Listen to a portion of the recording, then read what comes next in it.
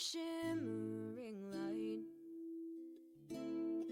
Rest my head on my pillowcase again. Talk me through one more night.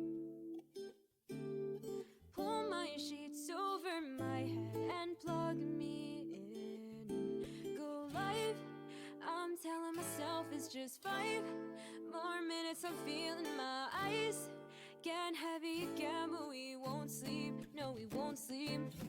Keep me up till 4 a.m. I'll stay up for you. Keep me wrapped up in my phone, internal deja vu.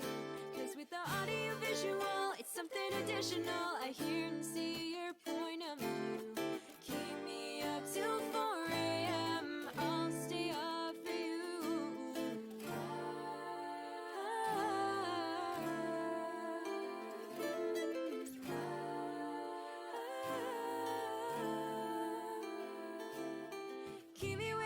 Keep me waiting for you. I'm gravitating towards you. You can hit me up anytime you want. Cause every minute, every second with you is another minute, another night you get me through. I'll stay with you until the dawn. Go live, I'm telling myself it's just 5 more minutes. I'm feeling my eyes getting heavy again, but we won't sleep. No, we won't sleep. Keep me up till 4 a.m. I'll stay up for you. Keep me wrapped up in my phone, internal deja vu. Cause with the audio visual, it's something additional. I hear and see your point of view. Keep me up till 4 a.m. I'll stay up for you. Say I'll stay awake and watch these restless nights turn into days. So say you'll stay up too. We know we're overdue for some shut-eye. Instead I surrender all my sleep to you. Keep me up till 4 a.m. I'll stay up for you. Keep me wrapped up in my phone, internal deja vu. Cause with the audio visual, it's something additional. I hear and see your point of view. Keep me up till 4 a.m. I'll stay up for you. I'll stay up for you.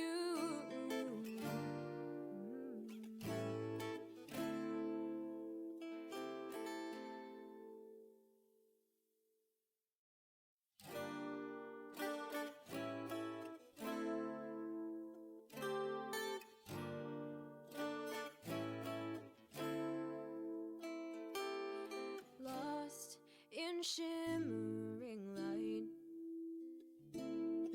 Rest my head on my pillowcase again.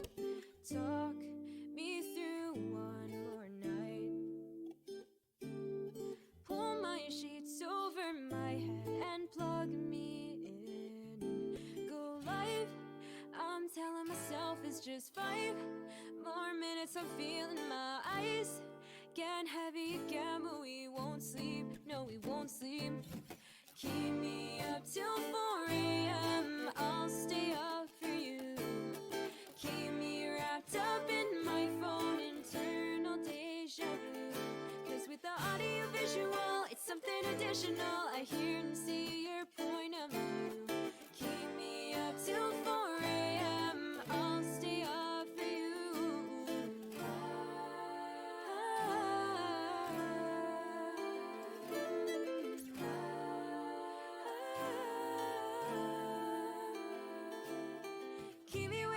Keep me waiting for you. I'm gravitating towards you. You can hit me up anytime you want. Cause every minute, every second with you is another minute, another night you get me through. I'll stay with you until the dawn. Go live, I'm telling myself it's just 5 more minutes. I'm feeling my eyes getting heavy again, but we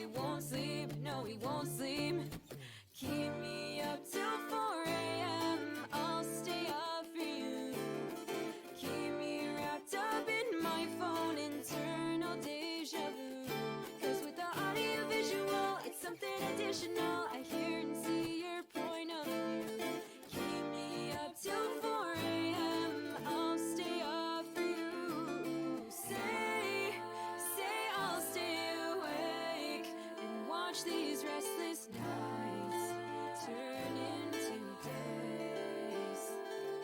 So say you'll stay up too. We know we're overdue for some shut-eye. Instead I surrender all my sleep to you. Keep me up till 4 a.m. I'll stay up for you. Keep me wrapped up in my phone, internal deja vu.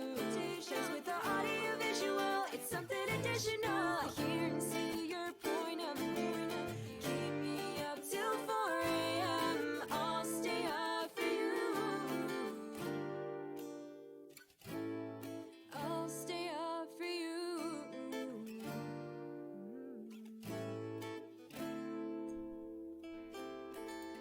Alright. Oh, I just opened Discord. Will stream crash because of it? It's very likely. It's always very likely that these things happen. There we go. Let's get the music started. Hello, Neko. Thank you for being here. Appreciate having you, as always. Let's get that started. Let's do our usual.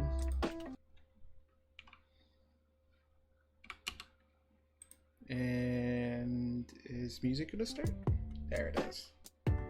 Looks like Streamlabs got a little bit of an update today, or whenever. I can actually see the bars, or maybe they changed how the bars looked at a recent update or something. I don't know. They look different for my audio levels, so that's cool. Looks like they updated that. Yeah, no, we had a really good talk. I really... It was a really long one. I actually, thank goodness I have Nitro for a month, because my explanation to you went over 2,000 characters. I write a lot. I'm not always the most concise when I write. I put a lot of stuff. But no, it was a good talk. I think I probably missed some things, but that should be most of it. Yeah, how's everybody doing? We doing good today? Let's switch over. Instead of facing me today, we're actually going to be facing the, what's it called? Yeah, we're going to be facing, there we go. We're going to be facing the inside of the storage room. I got this really cool picture with shaders when we left off last stream, and it's so pretty. Like, this is my storage room now. That's amazing. And I just thought you all might like to see it. I would love to play with you one day. I think that'd be super fun. Well, yeah, I got this really cool shot, and I thought it was like, whoa, whoa. It looks cool. So yes, hello everybody. I'm Into the Mailbox, and this is Connection Point. Last stream, we actually did quite a lot of work. We got the roof done, the lighting done, the floor done, the big mushroom, mushroom in the center done. We got a whole lot done yesterday, and today we're gonna continue that. We're gonna take what we did last time and build off of it. We're gonna build the outside of the building, because it doesn't have an outside right now. It's all just, it was built from the inside out, which is kind of how some things work for me sometimes. Hello Raven, how are you doing today? But yes, we're gonna, do you check this out? Oh, I totally forgot. I made a backup. Actually, let me go double check that before we continue. I made a backup, was like, oh yeah, I need to look at it and show it to Neko, and then I just totally forgot. I zoned out for like 2 hours this afternoon. Let's see. Saves. Connection point. Wait, no, wrong one. Backups. I need to look for backups. There we go. Woke up. I get that. Yes, 10.4. The world size is... don't know.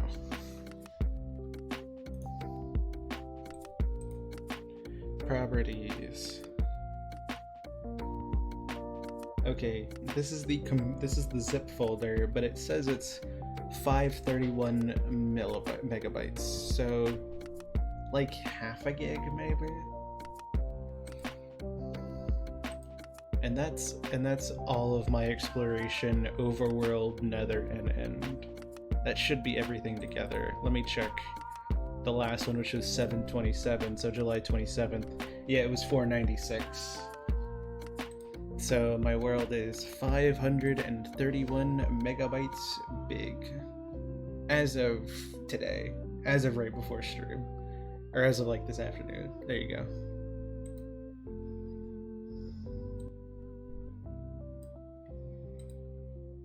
Yep, it is in fact 531. So yeah, last time we basically finished the inside entirely and made it look lovely. We still obviously have the chests and the labeling to do, but all the lighting, the floor, the ceiling, the middle, all of that's done. And it looks really nice in here at night. At night is probably my favorite. The floor is now little pools of water, you know, supporting the growth of our big old mushroom in the center. And today we're going to work on the outside walls, we're going to work on, you know, the outside roof, making the terrain look nice and blending in with everything. And that's kind of our goal today. So yeah, we should get started. Yeah, I didn't take down this ladder last time because we actually need to build the roof. And to do that, we need to be up there.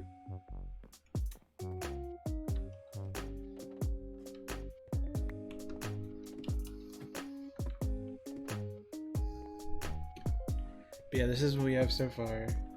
That gives me hope. Yay!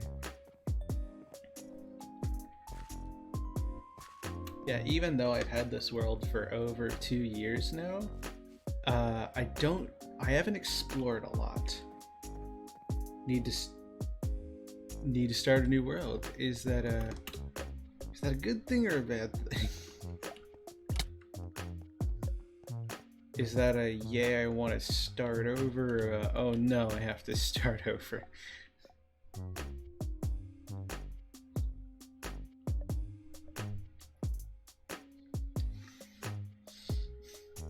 There we go. Alright.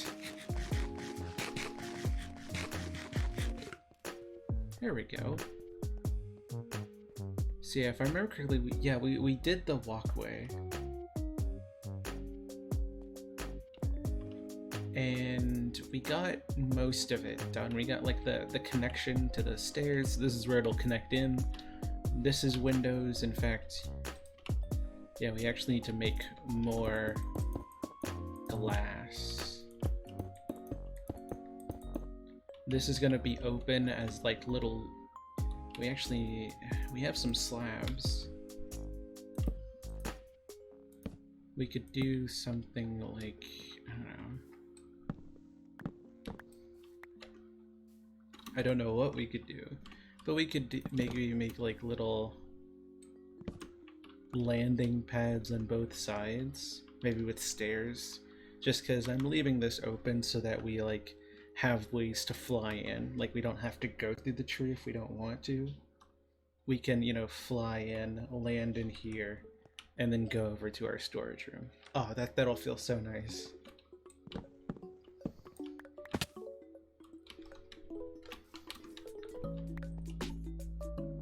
Yeah, exactly. Oh yeah, speaking of, I totally forgot. I left, so last stream we also enchanted my diamond hoe. I've had this diamond hoe for an extremely, and I mean extremely long period of time. Like all of these tools, I've had them for so long, so long. And man, the diamond hoe is one that I've had for a long time. I used it a lot near maybe last year, maybe 2021. I don't remember when I made it, but I either found it or I made it, and I kept it for a long time until I had the ability to enchant it. And as time went on, I just you know, didn't really ever use it, which was okay. I didn't really need to. It wasn't something that the other tools couldn't handle, you know, pretty well. But I finally decided yesterday, or last stream, to do it, and so I partially enchanted it. I have a fortune book and a silk touch book. I thought I'd leave it up to you all to decide like which one you want me to do. Because honestly, I'll probably make a hoe with fortune and a hoe with silk, just because it's nice to have two hoes. Like having a hoe that with silk touch makes it amazing to collect leaves, and then having a hoe with fortune makes it really awesome to collect like saplings and things. It makes it so nice to collect like jungle and acacia saplings, the ones that don't have that many leaves, but you know. And also, in given the theme that you've seen my other tools in, some of them are like, you know, some of them point to a certain event, Iron Will, some of them are silly, Distraction, some of them are really old, like Minor and Major Chaos. That was a silly joke I made at the beginning of the series, and then like Pride Claws, Cat Scratcher, Kit Calamity, cat themed. So I thought I'd also leave it up to you. Whichever one I decide on doing, whether it's Silk Touch or Fortune, you know, feel free to put your input in chat. I will also allow you all to choose the name or suggest names. I am more than happy to hear your suggestions for names that you think we could call the hoe. So it can be silly, it can be cat themed, it can be as long as it's a name you think would fit in with the rest of my stuff. I will happily take it as a suggestion. So yeah, in the background, if you think of anything, do feel free to send it, because I want to hear them. I want to read it. Automod got you.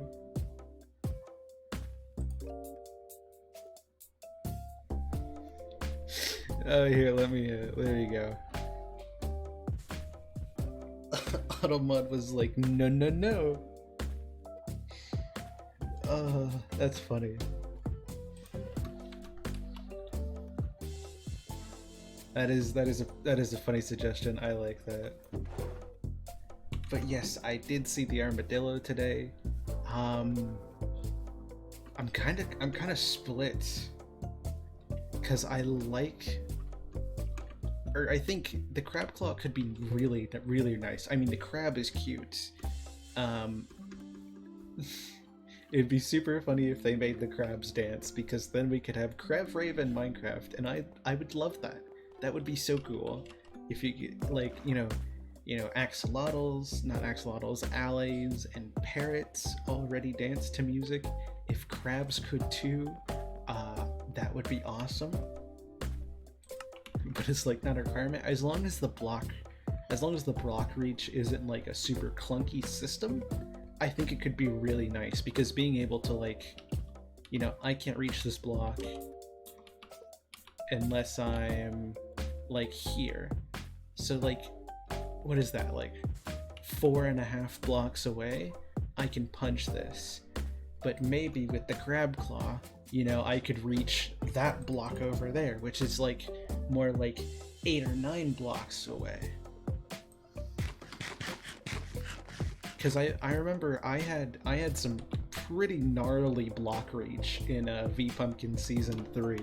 It was crazy. It was awesome, let me tell you. Being able to reach like that block right there, I could do that. It was so nice, and I think it'd be cool. But also the armadillo dropping, you know, scutes. Turtles already do that. They give us the turtle helmet and the potion of Turtle Master, and that was awesome. You know, new potion, new item, new helmet. That was cool. And then the scute they said it was going to be like pet armor, or sorry, wolf armor. if I remember correctly, which would be awesome. Being able to protect wolves more than they can now would be incredible. And who knows if you could do anything else with that? Who knows? They'd probably add more customization to it, but I'm not sure. Again, that's not something we know. That is just like that is like, if we do go down that route, maybe they'll consider, giving it some more. They'll consider like making it dyeable or making it like change. It's not a yes, it's a possible idea. Everybody in the community is trying so hard. They're trying so hard to be like, okay, we really don't want a repeat of the last 3 years. And to be fair, I can't exactly be mad, because all the options I voted for got in the game. I didn't hear about everything that happened over Twitter with Dream saying like, let's go for the glow squids. I didn't hear about that until like afterwards. I barely knew about that. I was going for glow squids because I just really liked them. I just thought the glow squids were cool. I didn't even notice the like enchanting thing. I thought the enchanting thing might be a little annoying. And then they got in and we got glow signs. Wait, sorry. Oh man. How did we live so long in Minecraft without having glow squids or glow ink? I don't use the glow item frames very much. I think it'd be fun. I should definitely try it out. But man, glow signs just make so much of a difference.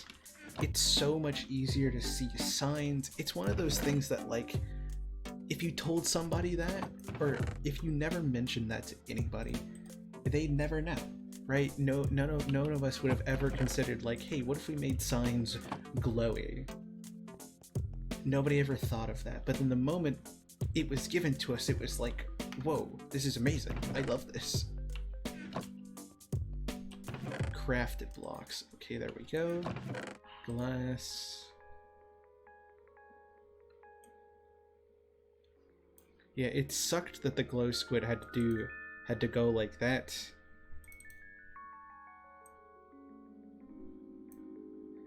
But I'm happy we have it in game. I loved it. I mean, of course, Moobloom was a great option. Was it the Chillager or the Iceologer? I don't remember the exact name now. That one also looked cool. I'm not a super big combat person, but I think like it still would have been fun. And then the Moobloom community is still going strong like 3 years later, and it is impressive.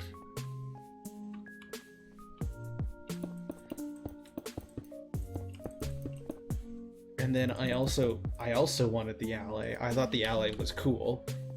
I haven't really used allies. I've used them a little bit, but it's not something I use, and like, it's not something I've used very much. The Sniffer though, very happy the Sniffer won. I feel like the Sniffer one was a little biased, just in like the other mobs that came along with it.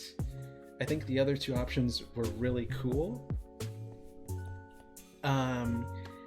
But I feel like from the way they were presented, the Sniffer, I think, was just always going to win, because it was like, new mob, dig up new plant. Of course we were gonna vote for that. I think it would have been really hard for anything else to win against the Sniffer.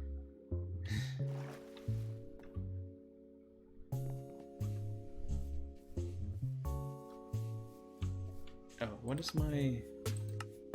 Oh, okay. Yeah, the tree fairy. You can see the tree area from here. We need to expand that at some point. But yeah, let's go get some more dark oak. Oh, I just put up my saplings and stuff. Oh, dang it. Okay, let's try it out. Ooh, oh, that's nice. Oh, I like that.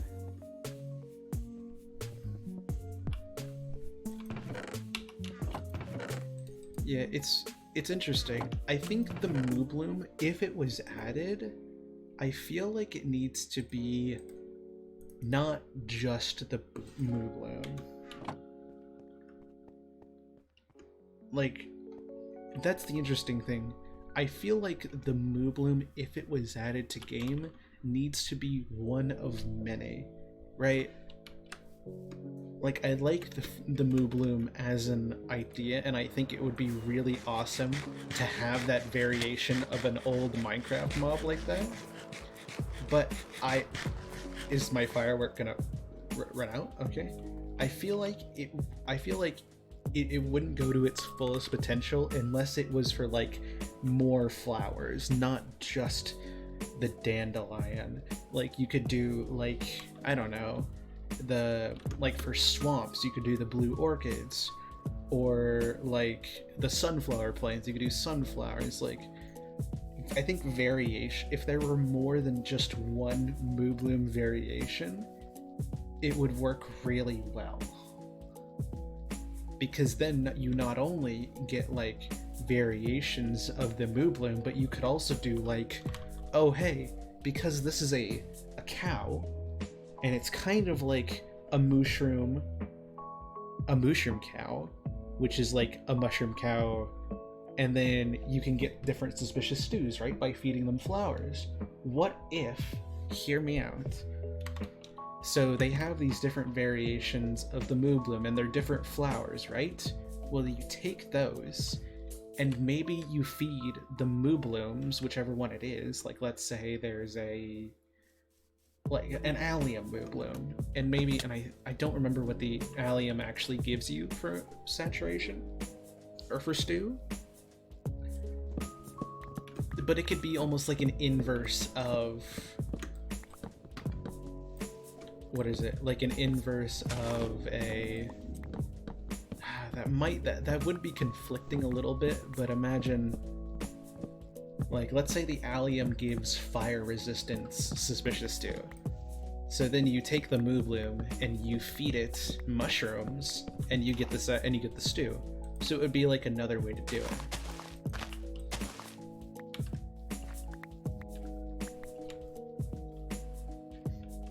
Now, I don't know if that would, overlap with it. Maybe it would, and so they wouldn't add that, but you could do something like that. Wait, does it actually give fire resistance? Did I actually pull that out of thin air? I promise I didn't know. I actually don't know which ones give which.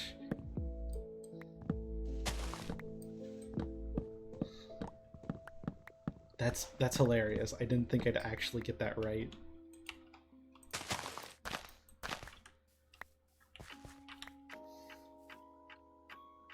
Dive buckets, that is true. Or like, and you could like shear the Mooblooms to like get, like when you shear a mushroom, it gives you mushrooms. So you could shear a Moobloom and get flowers.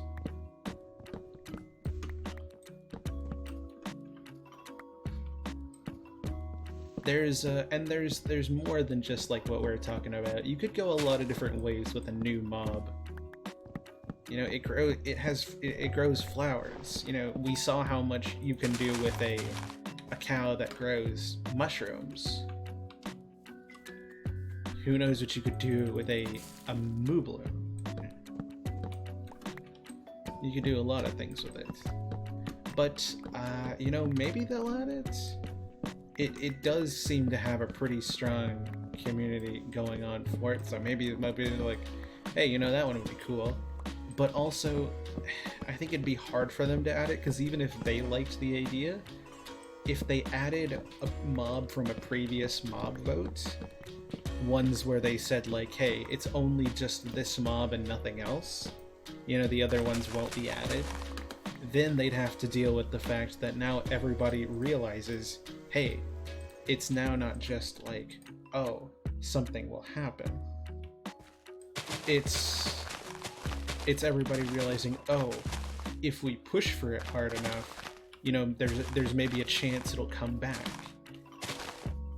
It won't just be like one and done. It'll be like kind of the biome votes, where it was, you know, it will be added eventually, which might make it difficult because a lot of those ideas they didn't develop further, and so they don't know what they're gonna do with it.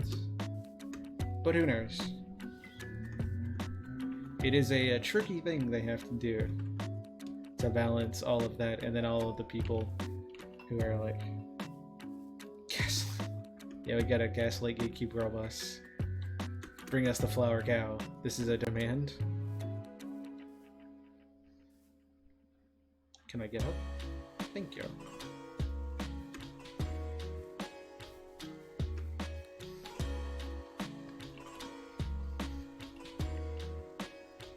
Yes, one mobile, please. Thank you. Sleepy time.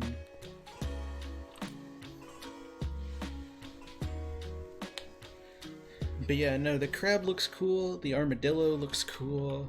I think the crab is just, you know, more visually appealing, but that's because the crab is orange and blue and the armadillo is like brown. So of course it's gonna look more appealing to the eyes because it's a different color. It's like a neutral color compared to like a very bright, vibrant color. So that's not anything against the armadillo. It's just me being like, ooh.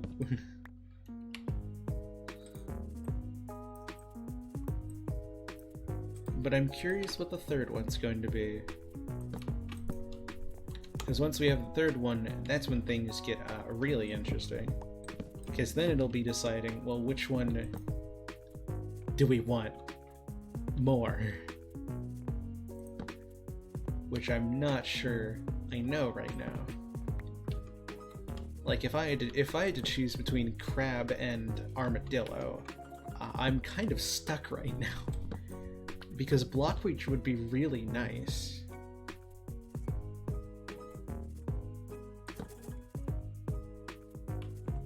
Yeah, I feel like crabs being just in mangrove swamps, like, it works, but it does work. But I feel like, why, if it's gonna be like the swamp, the mangrove swamp, why not the regular swamp, you know? I feel like the regular swamp needs an update. Which is funny considering, you know, 1.19 was the swamp update, but in fact, they didn't actually update the swamp that much. They kind of just updated they kind of just made a new version of the swamp and then updated that. And to be fair, the mangrove swamp is really cool. I think they did a great job on that. But it is funny how it was... What was 1.19 called?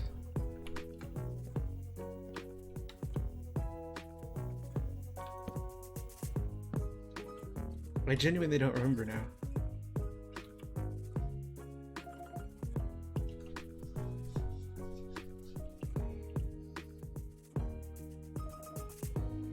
Yeah, the Birch Forest really needs some love. Wild update. Oh yeah. How did I forget that? How did I forget such infamy as the Wild update?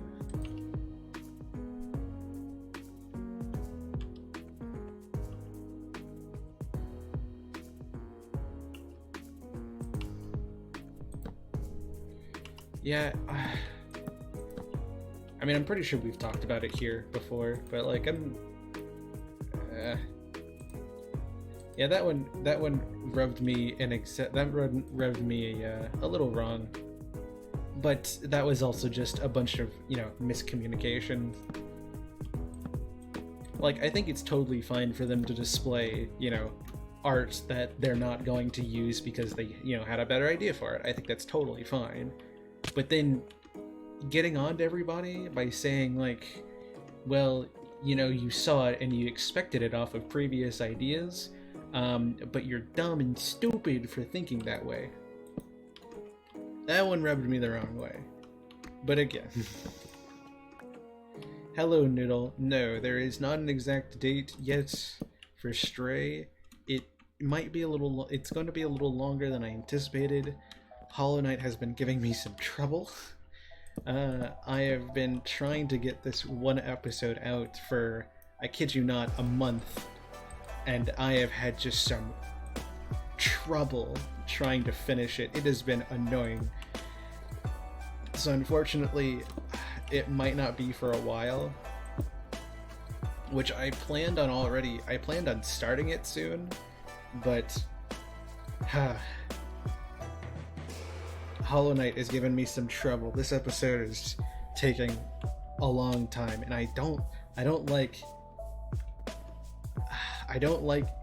that I've gone this long, you know, a month without uploading, because I enjoy uploading. I enjoy sticking to a schedule.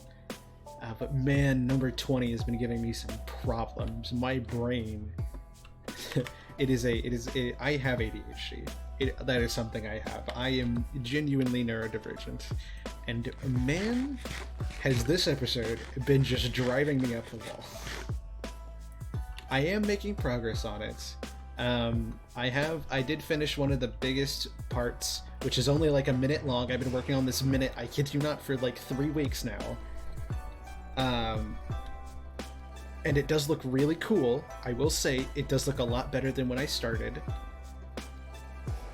And I'm working on the next section right now, which is like 30 seconds.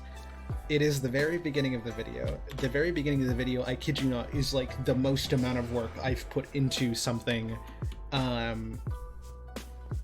since, like, it's not on the level of Hemlocks, but it's a lot of work that I'm doing to make this look good and time right. There's so many timings and like adjustments and layers that I'm having to do, and it looks really cool, but it is like, it has been a bother, an absolute nightmare. But I'm really excited to just get it done, because after this there's like 3 more Hollow Knight videos, you know, 21, 22, and then the finale, which is 23. I need to get those done. I want to get those done. I had them on my plans to like be done by now. But unfortunately, this one has just been driving me up the wall and has not been nice to me. So I'm hoping soon we'll be able to get to Stray. Like, no matter what, a video is coming out this Friday, because I can't go any longer without putting out a video. And, you know, if I don't get done with this episode in time, which is looking unlikely, I'm going to figure out something else. I am gonna like make another video and put it out then, because I have a few ideas, but man. Bye, Raven. Yes, get ready for work, take it easy. Hope today is a nice, easy day. I know today's your last one, so I hope it goes well. Yes! Sorry, I got totally sidetracked. I've been rebuilding my storage room. I tore it down, and I've completely redone it. We're not entirely done with it. Today we're working on making the outside look nice and the terrain around it look nice, but you know, we have chests to add and labels to add and all that. But yeah, we've got all the lighting, the walls, the roof, the centerpiece. Remember the mushroom that used to be right outside the original storage room? Boom. We made it a big ol' mushroom. And it looks so cool.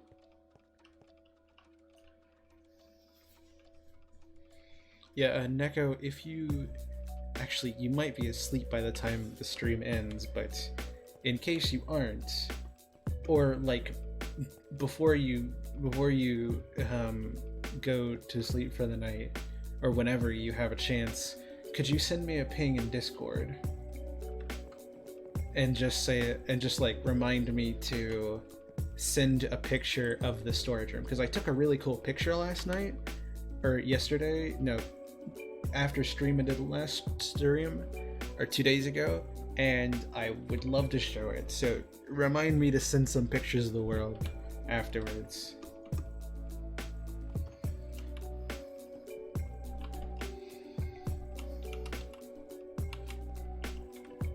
Let's see, we need some more glass. I'm getting turned all the way around.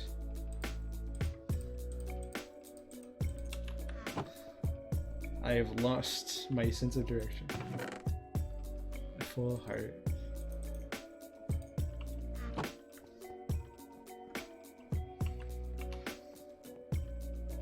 Oh, I should put some of these things up. Thank you, I appreciate it. Leaves? Oh, it is so disorienting. Just seeing everything looking the same. I need to fix it. Okay, so let's make some of this. We'll leave these in case I need more. Apple go here. Glass, thank you. And we do have lanterns, so we should be able to light up the roof when we finish it.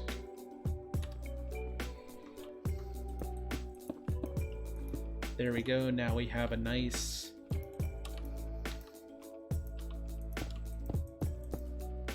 skylight, sweet. Do you think we could connect it in?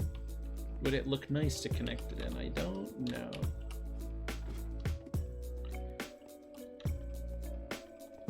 No, actually I think it looks fine as it is. Okay. Let's make some more stairs, and let's get started on making the outside look nice. But yeah, no, I'm really excited to start Stray. I just have to finish Hollow Knight. I want to give Hollow Knight a proper send-off. It's actually been really amazing. You know, I usually try not to go this long without uploading. This was more of like just a total accident that it has gone this way, because this video has turned out to just be really annoying to get finished. But like, the video's gotten up to 80 views, it might be up to 81 now, and then like we're up to 116 subs, which is like amazing, because I got up to 115 after, you know, episode 19 came out, because that one was another one that just kind of sat unfinished for a long time, and I got that one done, and we got up to 115, which was like incredible. And then, you know, we just got up to 119, which just blew my mind. Or not 119, 116, which is like, wow, I didn't expect to still be getting subs, you know, after essentially not uploading for a straight month. But against all my best judgment, we have been, and it has been very, very cool to see that.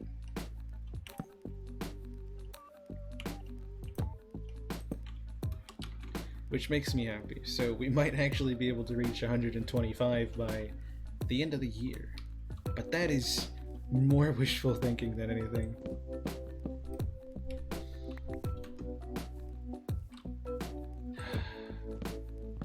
What do I want to do for the outside?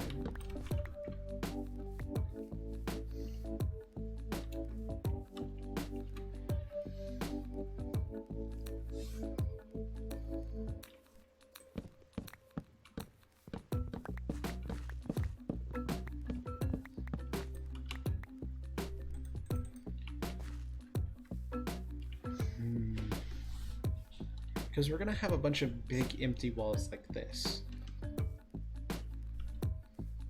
Try is never a mistake. Exactly. That's a great way of looking at it. You know, trying is... I actually really like that, Necro. Trying is one of the things that I pride myself in doing. I do a lot of trying. And I think a lot of people in the world do a lot of trying. And I think it's one of the best things you can do. Just trying something, even if it doesn't work out, is so valuable. So valuable. See, I have a lot of oak leaves. Let's take some of those. Sure, why not?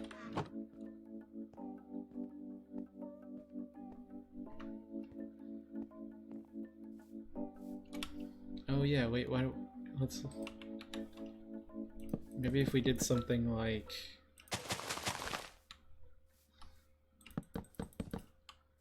that? It looks a little weird. Maybe not that. Do I still have my shears on me?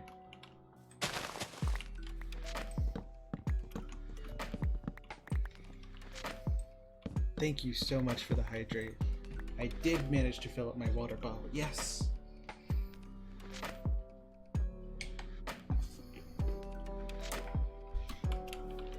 Or maybe we do something like...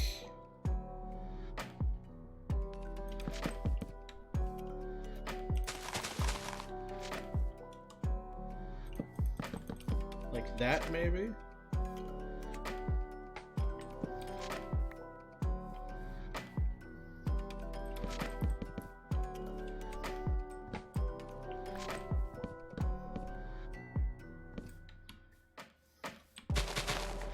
I have an idea. So if we did like 1, 2, 3, 4, 5.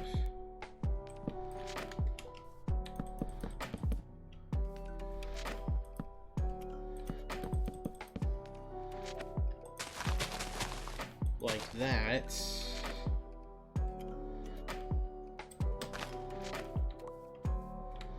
And then maybe we have like divisions or something.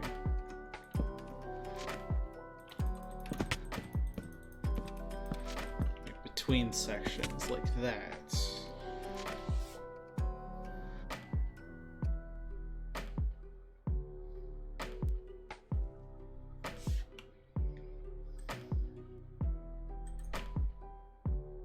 Hello, Kata. Thank you so much for the lurk. I appreciate it. I feel like we can do better than this.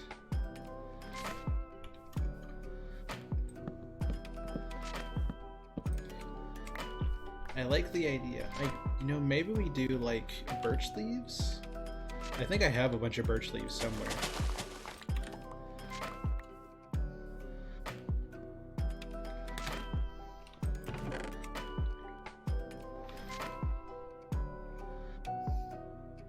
I also have a lot of signs too. Not that that's gonna help us, but hey, we have a bunch of signs.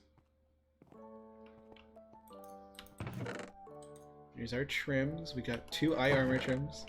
I find that funny, although the one that's maybe the least common. Moss blocks? You might be onto something there. We do still have a bit of moss. Can't hurt to try.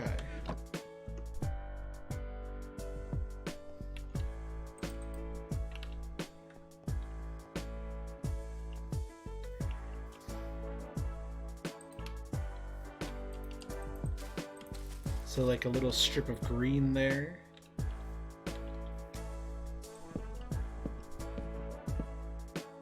I like that a lot, actually. Then what do we do? Maybe we do like trap doors underneath?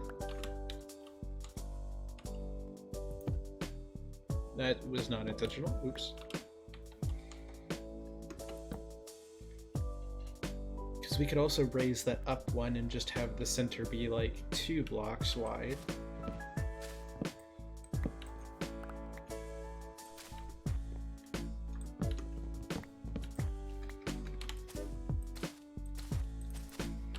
Something like...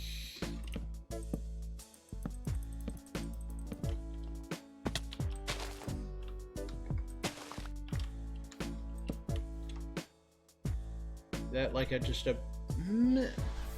no, I think that actually might be too big. I think that kind of makes it stand out too much.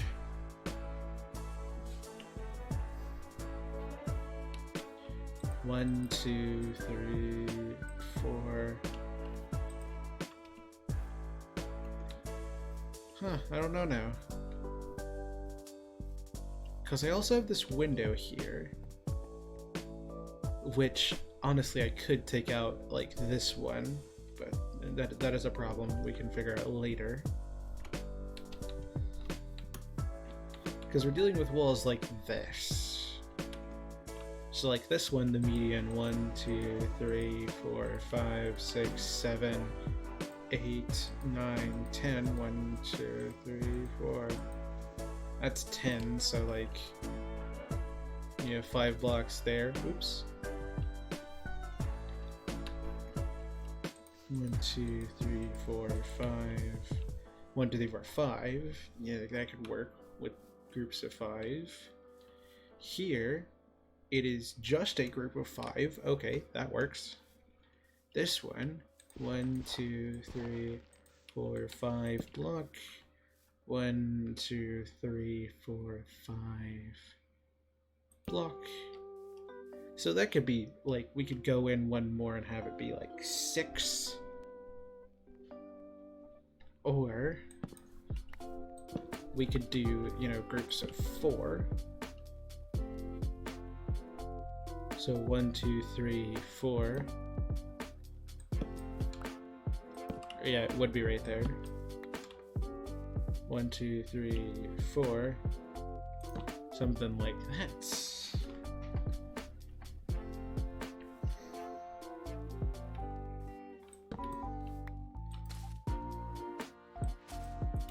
I guess it would be 4 if we did this. Mossy Gobble. Could work. I should actually probably be placing grass blocks because we didn't need to worry about grass blocks.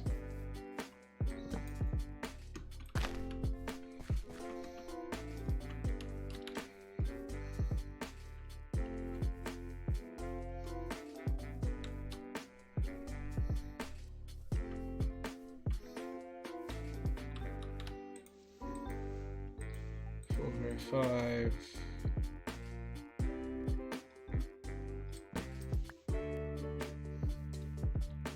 One, 2, 3, 4 block. 1, 2, 3 block.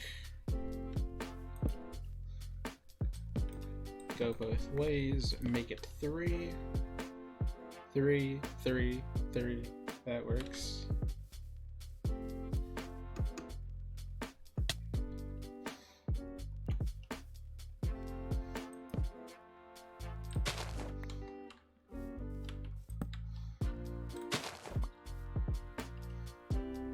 That doesn't work as well. That 4, 3, 4 might just have to be how we do it here, which is okay. Oh wait, I was supposed to be placing grass blocks.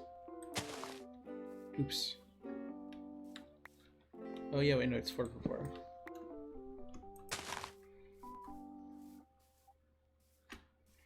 Now we can do like 1, 2, 3, 4, 5 block. 1, 2, 3, 4, 5 block. That's a creeper. Let's move a little out of the way. Get our bow.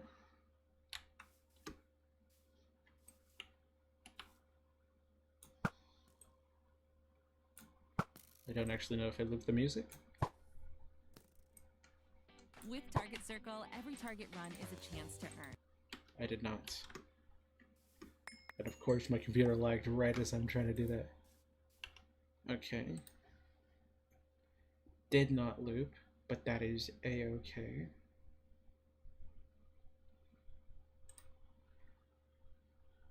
You know what, since a little bit of fun with it.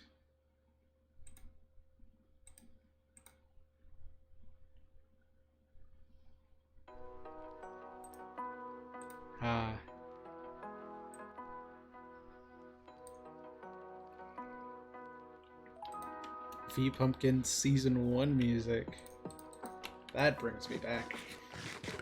Gosh, and it would have been right around this time too. A year ago we put on this music for the first time. That's crazy. 1, 2, 3, 4. 1, 2, 3. This doesn't seem like it'll have any easy way of doing it. Because this is 4. We could just do a double right here. That's 3. Never mind. I can't count. 1, 2, 3, 4. And 1, 2, 3, 4. It works fine. Now, over to this wall. 3 and 3. Easy enough. If you're curious what we're doing, we're just kind of figuring out, like... Oh hey, Simi's live. Stardew Valley, yes! It is Stardew Valley. Let's see, 1, 2, 3, 4, 5. That's easy enough. It is specifically Stardew Valley and Chill from Game Chops. That's where a lot of my music for streams come from, if you're curious.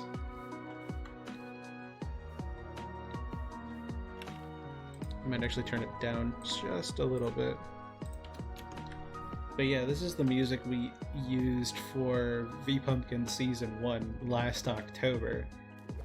In fact, right around the, ending of September, some of the OG members of V-Pumpkin, myself, Celeste, Bard, people you would have heard me talk about around that same time, and also I've gotten to know Celeste a lot better now, but a lot of us joined in the September 20s of 2022. Like, I joined, I believe, September 23rd, 2022.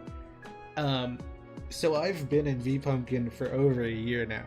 I've only been in half the seasons, but it is crazy to think about that I've just been there that long.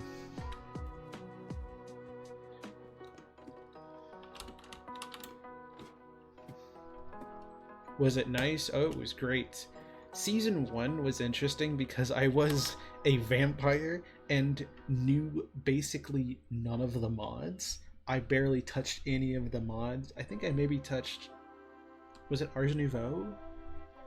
There was one that gave me purple bricks, and I used that one for my barn, and that was just about the only thing I touched with mods.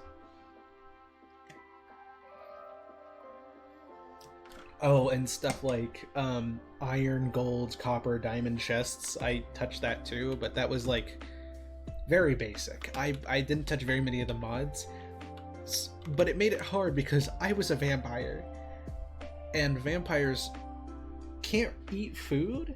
They have to drink the blood of other mobs, vampire style. So that basically meant I spent the month of October, V-Pumpkin Season 1, because it only went on for a month, just basically walking around everywhere. I couldn't run because then I'd run out of food. I kept dying. I would just starve so many times because I never touched the vampirism mod, which made it really hard to do anything, which was not fun, I'll tell you. It made it pretty annoying to do anything. But I stuck with it. And it looked really cool. I thought I looked really cool. Vampire Willow was a thing that happened. It was super dope. But I got to build this really cool barn with like a whole walkway through it. There were like benches and lights on a path. And there was, I made a pumpkin patch and like a little walk around to like get, it was kind of like a pumpkin patch, one of those places that you go to where there's kind of like a walkway you can go through. There's little games you can do, and then so you could like walk through the barn. You could, there was like little offshoots to like a pumpkin patch and somewhere else. And then if you went through the barn, it would actually circle you back through this really cool like covered leaf tunnel, and it would bring you back to the start. I had so much fun with it. I believe there's a way for me to get the world downloads, which I'll actually probably be doing soon once I start wrapping up Hollow Knight, so that I can start working on the season 3 recap. But man, it was annoying, but it was so much fun. I had such a great time, and it's where I met people like Taz and Bees and and Celeste at that time. But much later, it's starting in March with season 3. Then I was just the Feline Origin, of course. Boom! It was so cool. The only annoying thing was that I couldn't mine any kind of stone. Oh, I hated that. It was annoying. Like, there was a whole rule set where, like, you couldn't mine any stone if there was, like, any more than, like, 1 block of air, or, like, more than, like, 1 side covered by stone. But even when there was only 1 side covered by stone, I couldn't do anything with it. I basically just couldn't mine stone. I couldn't mine, which made it annoying. I basically had to rely on Sarlo for any mining stuff because I couldn't mine.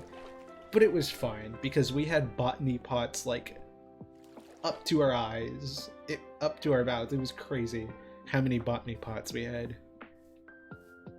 I still very, very fondly look back on season 3 of ePumpkin.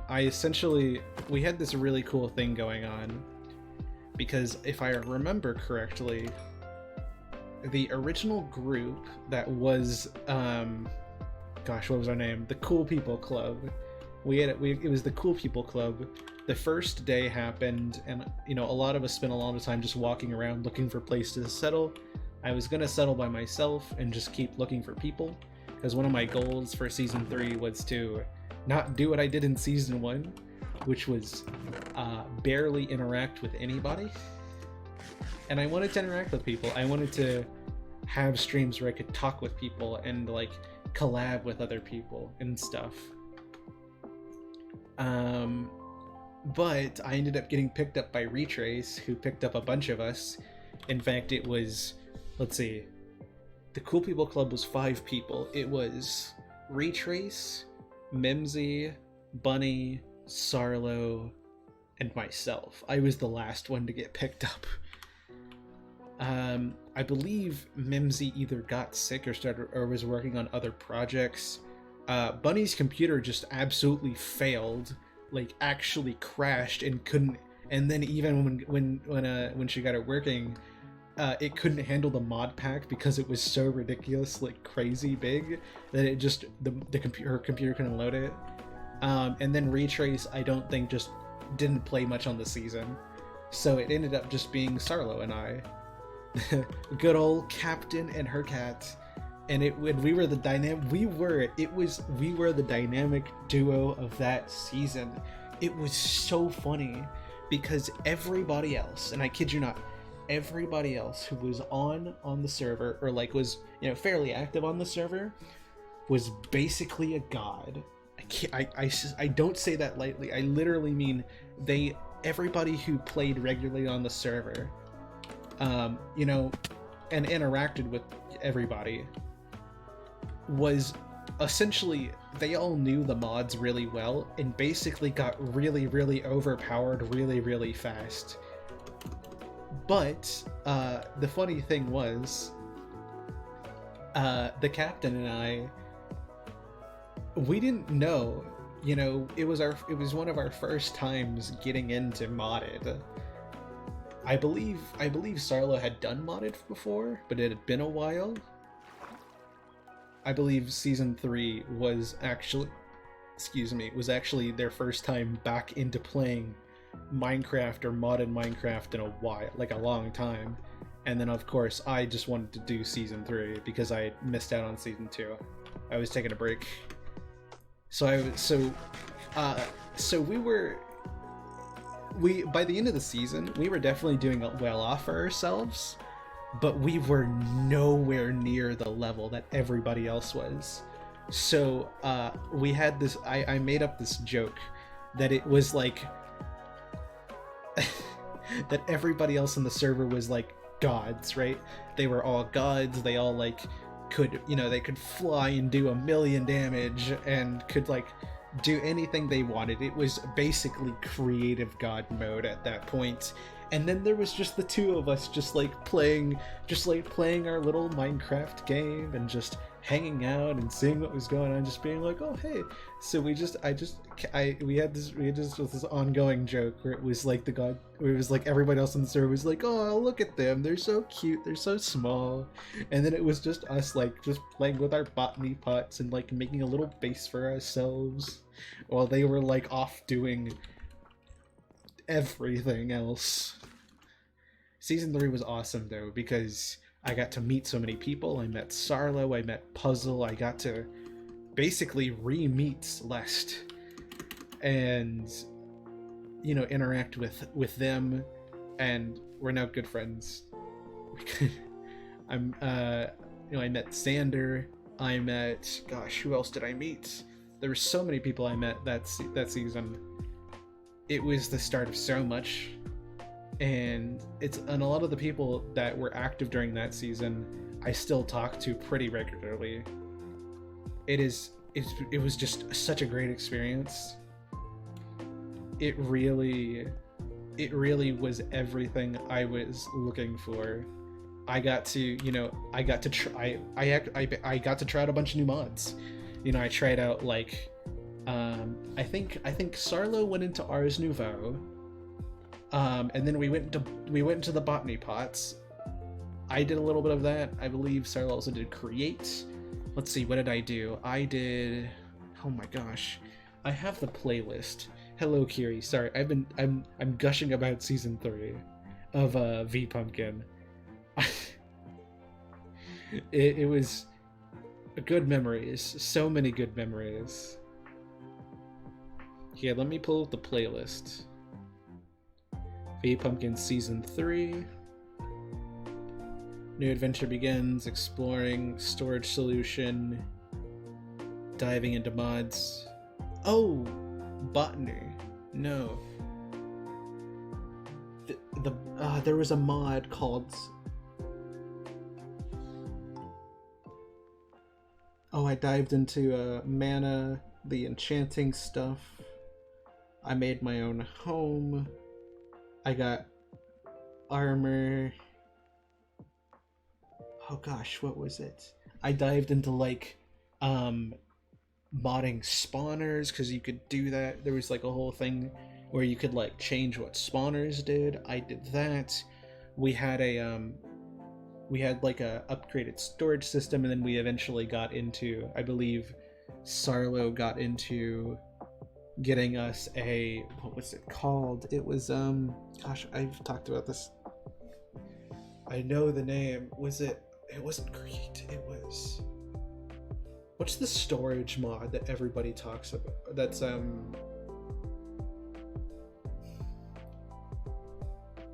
what's the there's a storage mod that a lot of people use, and I wanted to use, and then it took us a while to get into it because it takes a lot of resources, so we didn't get into it for a long time. Expanded storage. Iron Chest was the one I used in season 1, and then we used for a long time in our own storage, but then we upgraded. It was let's see, it had the storage drive, storage disks, there was the crafting grid. Gosh, oh, Iskel's using it in his Vault Hunters playthrough. What is it called? Applied energetics. No, I think that's another one. That's a but there's another one, because I know applied energetics is one of them that you can do, but I can't remember what it's called.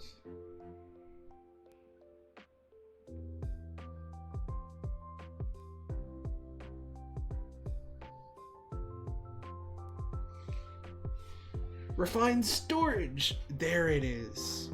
Refined storage. Sarlo got into refined storage for us.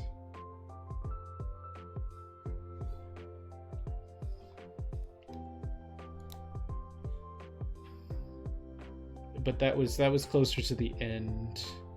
Let's see, diving into mods. Mystical agriculture. I got into mystical agriculture. That was the one with all the fancy stuff. Oh, I had so much fun with Mystical Agriculture. That one was so much fun. The Botania mod! Oh, wait. Sorry. Mystical Agriculture was fun. Botania. Oh my gosh. I loved Botania. Botania was so much fun. I forgot all of these names. Let's see. Terrawin. Oh my gosh, that was somebody we interacted with. Let's see. There was a big thing of trying to get a disenchanter. Or like, no, it was the enchanting table that could hold books. That was a big thing that we worked towards for a long time, because I had seen that in another playthrough that somebody did. I believe it was Captain Sparkle's Pizza Hut and Zine. They did not a stone block. They did do a stone. They did a Ragnamon playthrough, which was awesome. I remember watching that. It was so much fun. They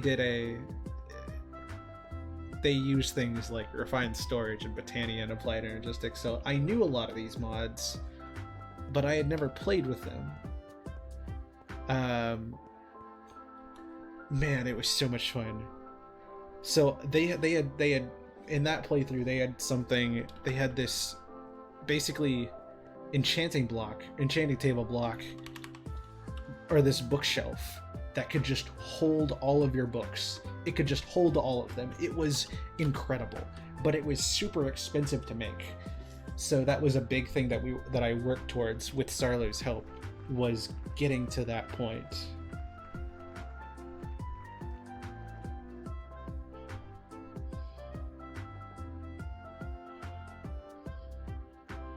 Let's see. There also was the spawners mod. I don't actually know what mod that was part of, but we had the cube. Oh, the cube.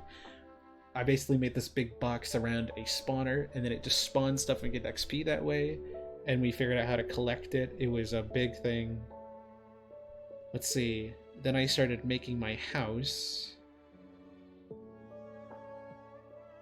which was interesting because I had to use the create like miner drill to dig out the stone blocks, because I remember I couldn't mine anything, so I had to mine it like each individual block by hand. It was interesting.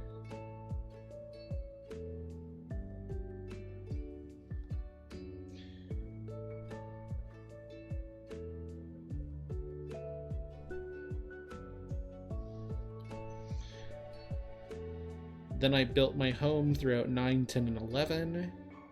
Then I started upgrading my tools and armor, which was like, I got it up to netherite, and there was actually like advanced netherite. That might have been what the name of the mod was. Basically, you could do different things with netherite, and so I did that with my stuff. Yes, go sleep well. Thank you so much for listening to me, Neko. I love ranting. I love talking about I heard that one coming.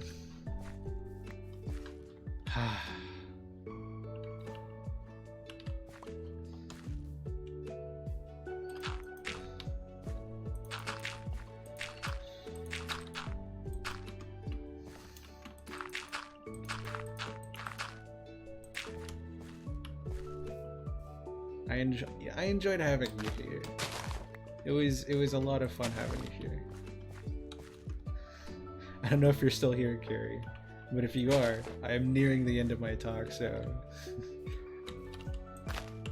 there we go. Okay, let's start working more on the walls. I will. Thank you very much. So let's see, 11, 12, we did some base upgrades. Then after that, it was connecting our house to Sarlo's house, making the big old house that we, does anybody remember our bee children? Sarlo actually went through and actually drew all of our children It was so cute. We were a family. We were literally just silly little mortals in a world of gods. And it was so funny because it was like everybody else on the server was just super kitted out, knew how to use every mod. It was making these like super industrial bases or big bases, and then there was us just like having bee and goat children. We just adopted a bunch of kids, a bunch of super overpowered, really strong kids, and it gave them names, and we were just so silly. And then we were playing with our mods. It was so like personal. I don't know how to describe it. It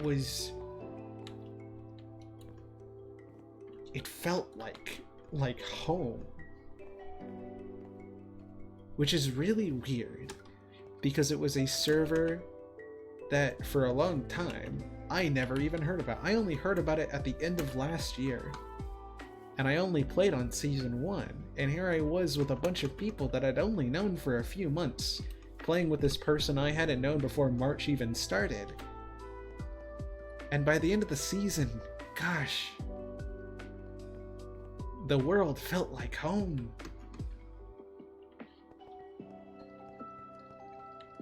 And it was one of the best experiences I've ever had.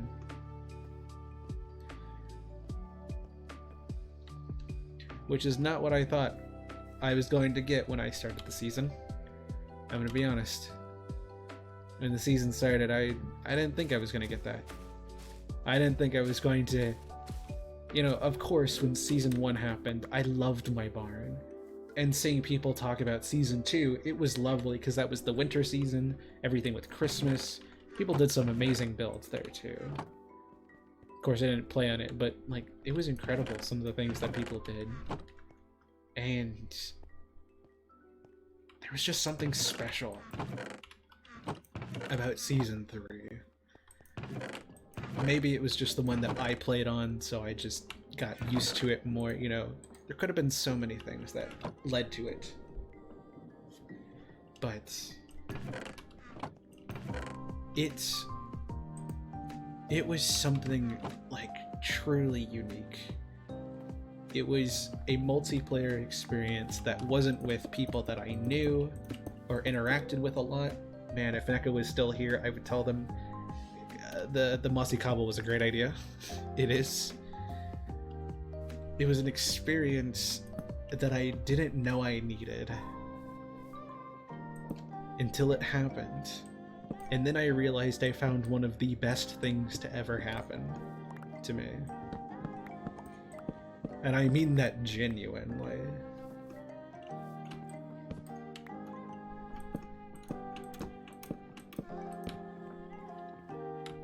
And that's one of the reasons I want to make the recap this year at some point. Whenever that happens, who knows? But I definitely want to make it because, man, season 3 just like it gave me a whole new group of friends. It changed so much for me. And all I did was play on it and like meet a pretty cool avian person. I met a captain. It was just as simple as that. And yet it was something just I'll never forget.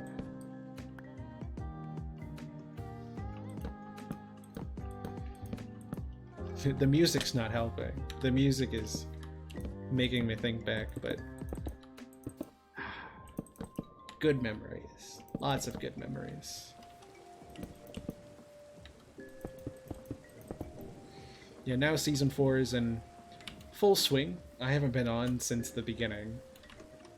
Which, to be fair, I do kind of have this ongoing theme of playing every other season, so, maybe I'll keep that up as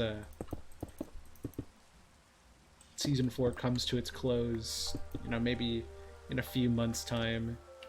Then I'll go around and join back in, or do something, who knows.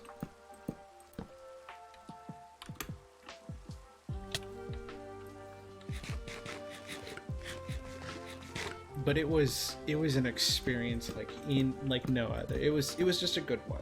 It was a good one.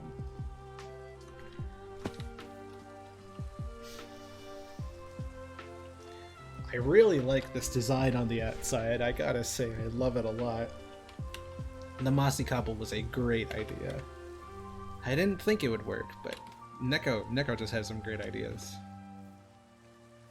But yes, I'm gonna read up on chat because I talked about season 3 for like 30 minutes. Holy cow. Vampire is one of my ideas for Halloween outfit for my avatar. Not sure if it will look okay. It would look great. I know Neko's not here right now. I'll have to message them after stream. But that'll look amazing.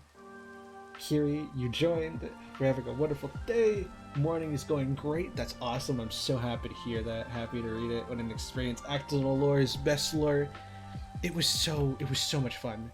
Like, one of my favorite, and I kid you not, one of the things that made it feel so special is I had this ongoing thing where I basically placed a sign down in Sarlo's like underground area where eventually they kept all of our botany pots. And I just placed a sign down at first and just wrote them a little nice message saying like, hope you're having a great day kind of thing. And then every time I would log on and like check in on it, check in on them, check in on how the server's doing, or I was like streaming it, I would just change the sign for them to discover. And I just did that maybe 10 times or so, maybe 7 or 8, I'm not sure, I don't remember, because I did some off stream, some on stream, it depended. And then just I changed it whenever I remembered to, and that was just a thing we did. It was one of my favorite little things. You know, even if we weren't on the server together, even if we were doing our own things or we're, you know, in different time zones doing our own thing, even if they were busy or I was busy, it always felt like we were right there. We were base mates. We did everything together. Even if we weren't physically next to each other, you know, we had each other. And that was... I don't even know how to describe that feeling. But it was a darn good one. I'll tell you that. It was an amazing one.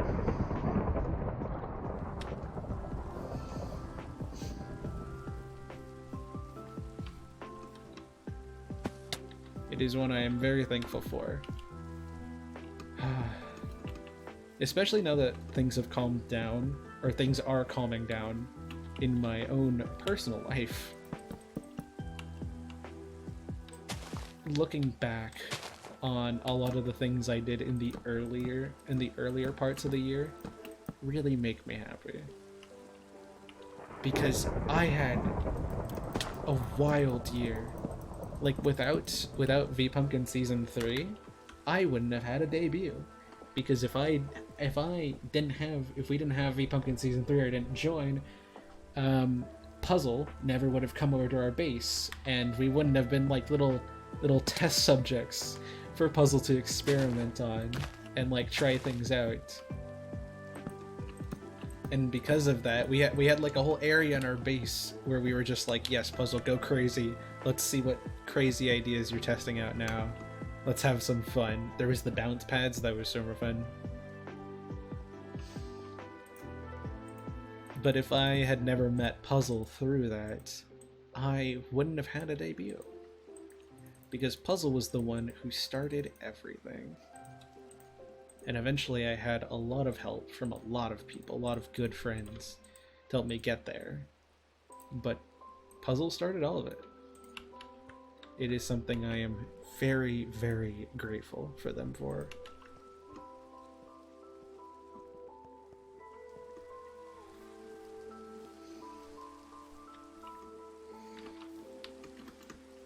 So yeah, Season 3 gave me a lot.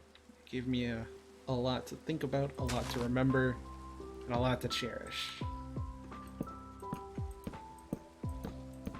A lot of people that I now just am like, oh yeah, I'd call them a friend, a good ally, a good person that I knew, that kind of thing. It's people I never knew before. Like, before March, I never even knew they existed. It was just that simple. Before that, I just didn't know these people. And now they have irreversibly changed my life. It's my own, it's my own little Hemlocks all over again. And it's just, you don't get those experiences every day, you know? It's not something that happens overnight. It's something that takes a while and something that you never see coming. But then when it happens, you can never look back. You know, I made a lot of promises in 2022 that I learned a lot from that year.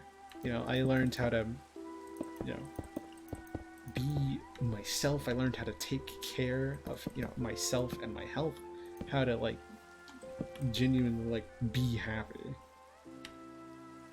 And one of the things I emphasized that year was that I didn't want to compare what was going to happen after 2023 to 2022. I didn't want that to happen. Because the thing that made 2022 so special was that it was nothing like any of the previous years. It was better. It was unique. It changed everything. And even if 2022 didn't do a fraction of that, even if it did nothing, it would still have been a year worth living. And that's one of the things that's gotten me through a lot of the year, is that I made that promise to myself that I would make this year its own thing. It would be something not like any other year before. And to recognize that, not compare it to 2022 or 2021 or 2020 or anything. Just love it as it is. Take it as it is and just enjoy it. You know, there can never be another 2022. Or, you know, 2022 was a great year for me. But for some people, 2021 was their great year. Or 2020. Or 2019. You know, there's always those years that just change your life for the better. And that was definitely 2022 for me.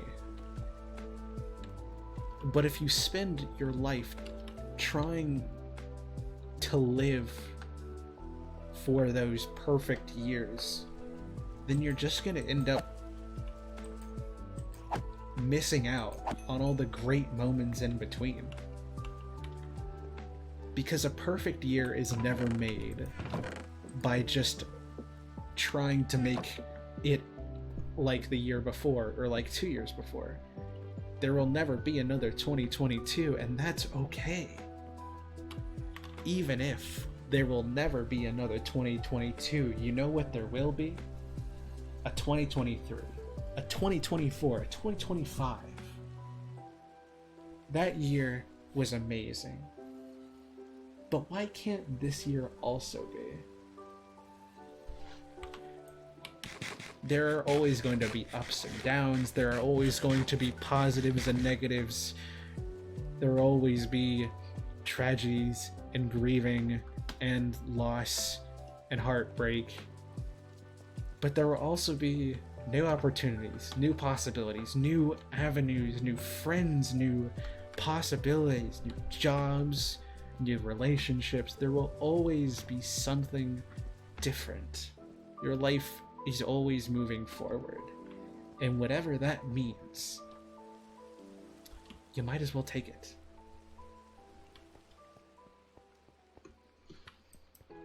And if you don't like how it is, then do something about it. Then change it. Doesn't mean change it to make it more like a previous year. Maybe it does. But what it really means is just making this year its own thing, making it special because it is this year. 2023 has been a ridiculously difficult year for me. It has been so much trouble. So many long projects and, you know, super drawn out stuff, dealing with just a lot of things. I think a lot of us have gone through the same. I think a lot of years are like that. But that doesn't mean that I haven't had amazing moments. I've made so many new friends, so many new opportunities. I had my debut. We reached 200 followers. I made so many new videos. I reached 6 years. I made the 200 followers video. I'm working on a Hollow Knight episode that spans 4 streams. You know, Hollow Knight is going to have its finale after a year. And then we're going to go into Stray. I mean, I learned about Sayonara Wild Hearts. I met Puzzle and Sarlo, and I got to know Celeste even better. Not to mention, this whole year is basically my friendship with Raven. I barely knew Raven last year. Or not to mention all the things we've done with Hemlocks. Hemlocks has changed since November, and it has improved and been so amazing. Not to mention, shameless. Not to mention, Kiri made a lovely Hemlock speed paint. You should go check it out. I hope you do. It is so cool. Life has just changed, and it has been rough and annoying and heartbreaking every single day. But you know what? It's been beautiful. It's been amazing.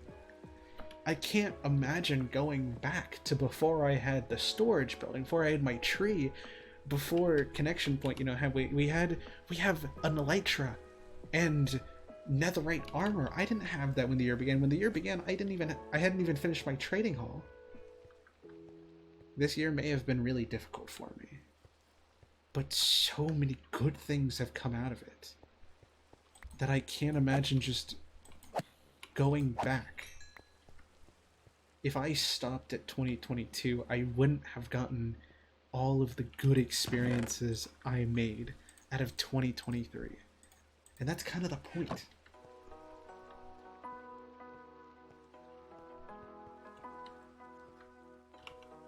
But even if going back would mean you got to stay in those amazing times forever, you wouldn't get all the amazing times that come after it. And I don't want to stop having amazing times. I hope you have a great day, Kiri. Thank you so much. I'm going to do that hydrate and stretch now, actually.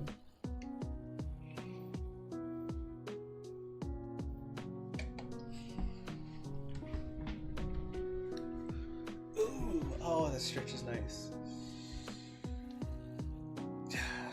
It's things like V-Pumpkin Season 3 that remind me that this year is worth fighting for.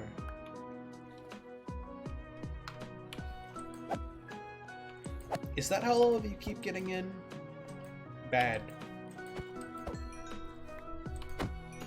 They keep walking in through the front door.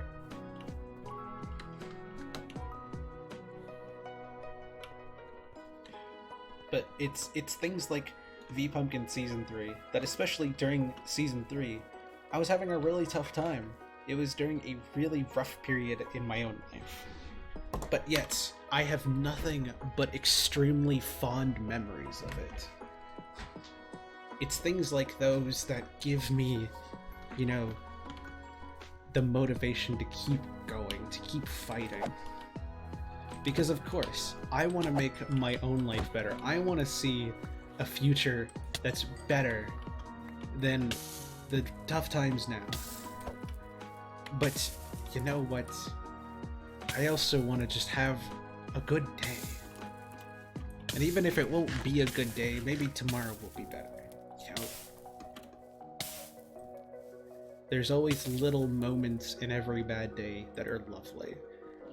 There's always moments in, you know, amazing days that are terrible.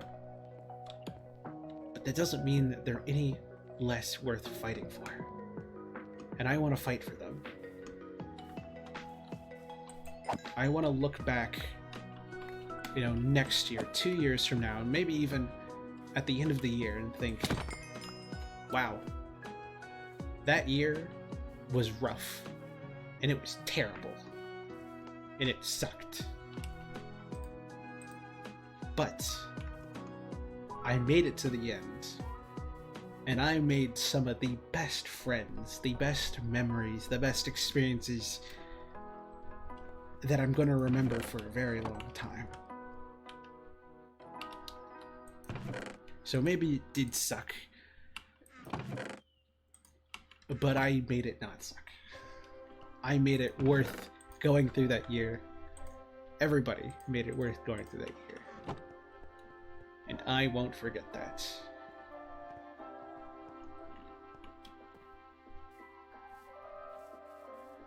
Exactly.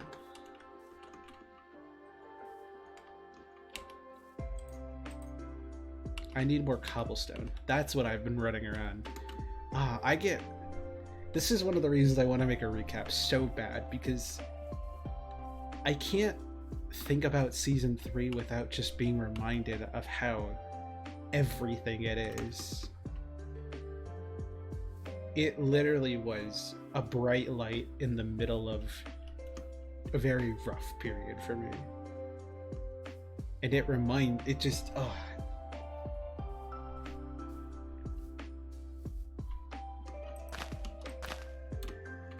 it wasn't just good memories, it was good life. And I want to fight for that.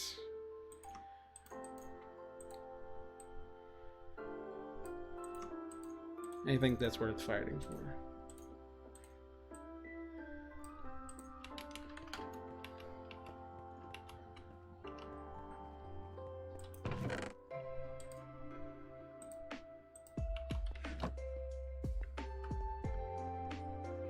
I get very passionate about these things. Because, hey, emotions mean a lot to me. And experiences mean a lot to me, especially things that I can remember. If I remember something, it matters. I have known... Tessu! Hi! How are you doing? Hello! Welcome in. How's your day going? You have just caught the very end of my very passionate talk about a mod in Minecraft server I was on back in like March to June, and it like made me really appreciate this year. And it just, every time Fate Pumpkin Season 3, you've probably never heard of it, and that's okay. But it brings me a lot of joy. Vibes, we have plenty of vibes. We have so many vibes. Feel free to just hang out, lurk, do whatever you want. So, it's so cool.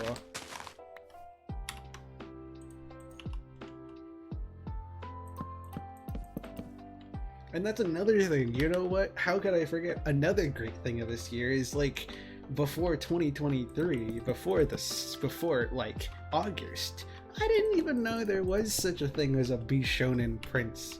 Look at me now. Holy cow. I can't imagine just not knowing about this lovely community in Kane and just all of you. Like, it just blows my mind that like it blows my mind that like not that long ago I just didn't have this.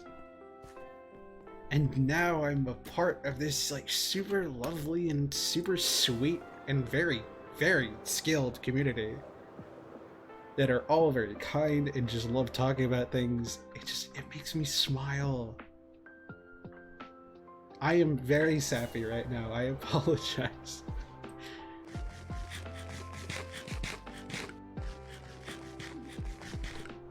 It is just one of those communities that I can't go back on. That like meeting it was such a big point of this year that like I can't imagine not having met you all and not having just being in the streams and watching it, you know, giving Kane some commissions and just watching them draw. It's so cool. Last year, that's right. Gosh, it's so funny. Because it's so funny for me to be like, oh yeah, hey look, I've been here a year, and then like Kane just had their like 2-year anniversary of affiliate, and that's wild by itself. I love the fact that there's just this like, that community's been going on for so long. I know so little, and I find that hilarious. Before the Gamers Outreach charity stream, I don't think I had ever seen Kane like play a game. It had all been art streams.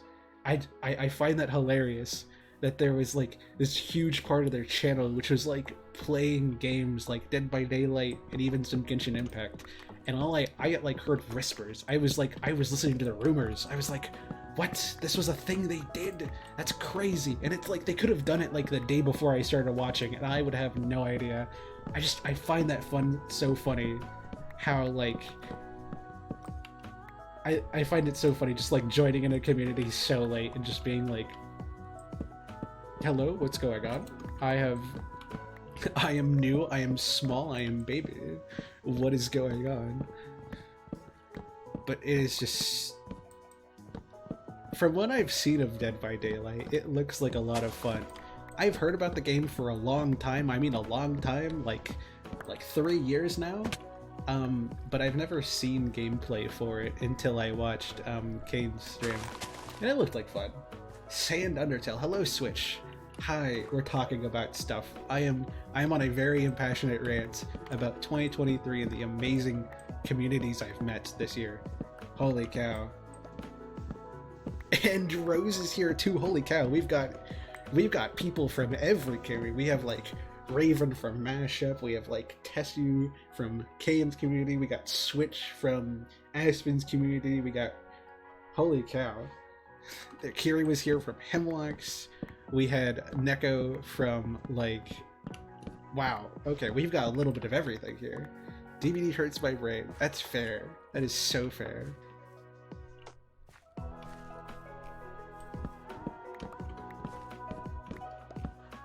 This music is making me just so giddy. And like, yeah, we've summoned the Avengers. We're pulling everybody in. Honestly, that's what the debut felt like. Because like people that I knew that I hadn't ever seen on my streams before, or just like were really good friends of mine but don't use Twitch that much, they came for the debut. That one felt like the Avengers meeting up. There was like 30 people in the stream at once. It was like, I remember just being absolutely like gobsmacked. It was ridiculous. Like, how can I not love 2023 when before 2023 I didn't know people like Switch or Tessu or Canterbury or Neku. I barely knew Raven. Like, how can I? Oh, that's Kid Reaper. How could I not love this year when, like, this year was amazing, you know? When not having all the things that I've gotten this year would just be so different. Life would be so different. And I never would have known it, but, man. Switches, to be fair. That's, to be honest. That's so fair, actually. It is... Going on your own personal journey is an interesting thing. It's a very satisfying thing, but it is a difficult journey. I'll tell you that. I have one Dark Oak Leaf. I will put it here. There we go.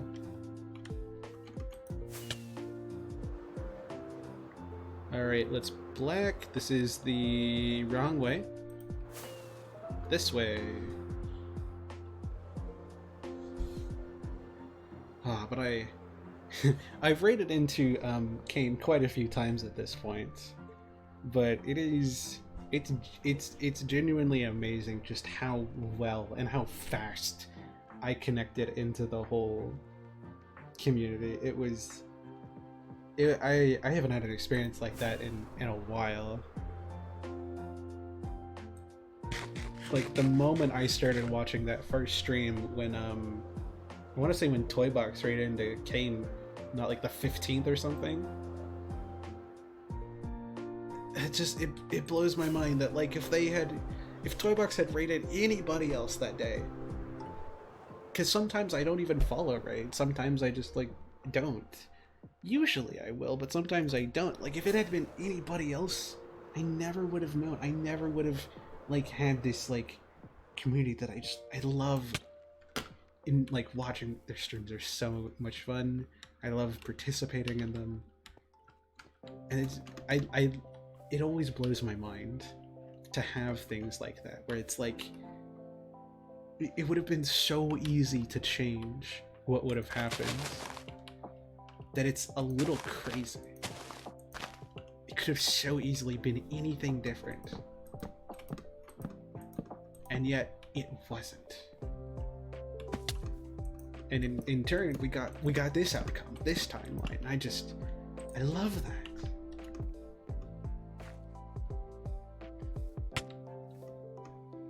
Stardew and Chill just makes me like reminisce. It makes me just think about so many things.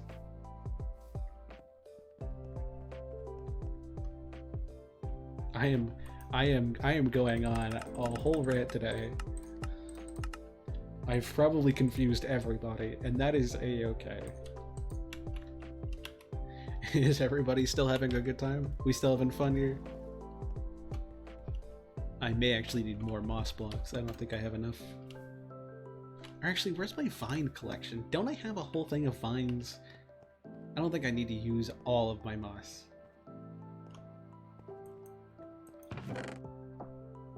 Where are my vines? Do I just not have them?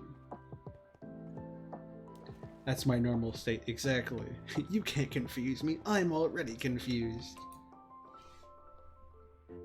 But no, for anybody who's wondering what we're actually doing, I'm building the outside walls of my storage room, which is here. I've been building it for the last few streams, and so we're making the outside look nice. And I've been on a very impassioned rant about the way that 2023 has gone for me, and how there's been a lot of downs, but it's also been very special for me. And one of the greatest things about 2022 is that it taught me to treat every year as its own, and that even if one year had some very big downs, that doesn't mean it wasn't worthy of remembering how awesome it was, and like making every year its own year and remembering it that way. No year will be as good as that one year that was like super perfect. But if you always compare a year to that, then of course no year will be like as good as that. But if you don't, and you treat each year as its own, or each day as its own, then you may have some even better ones, or some ones that are just as good. And that's the super special part.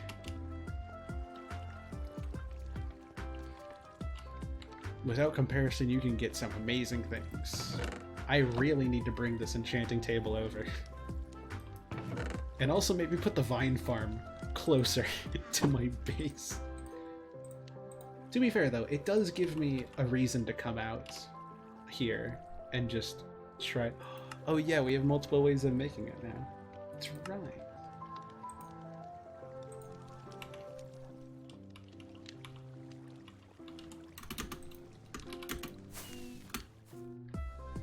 I can't wait to do a year recap near the end of the year and just be like, so this is when I met like a third of my friends. This is when I joined like these amazing communities. This is when I basically redid my survival world. This is when I redid my streaming, everything. Like, this year's been wild. It is sometimes hard to forget the good things, but man, have there been some good things. And I really need to work on this terrain. I really need to work on this terrain. Holy cow.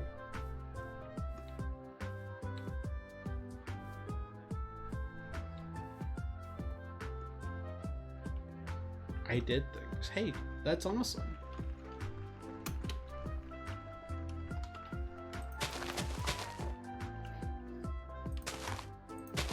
And knowing how that usually goes, there are probably a lot of downs and ups. And that's kind of the special thing about it. You know, having a year that isn't, you know, that, you know, hopefully it's been more positive than negative. Of course, I hope it's been a good experience for you, no matter what. But I hope it's been, you know, more positive for negatives, and that you've learned a lot this year.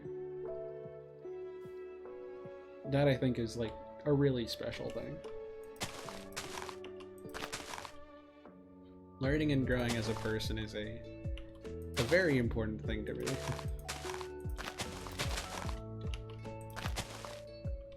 Whee! There we go. Now we can walk around the edge. The present has been wild. That's so true.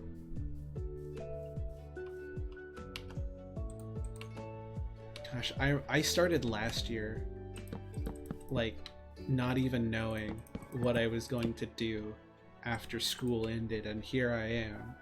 I have a job, I almost have my driver's license, I'm on my way to, like, I mean, I'm getting, you know, affiliate checks from Twitch, I'm getting, like, you know, regular paychecks from work, I'm, you know, figuring things out, even if it's slow, even if it's difficult. It's still happening. You know,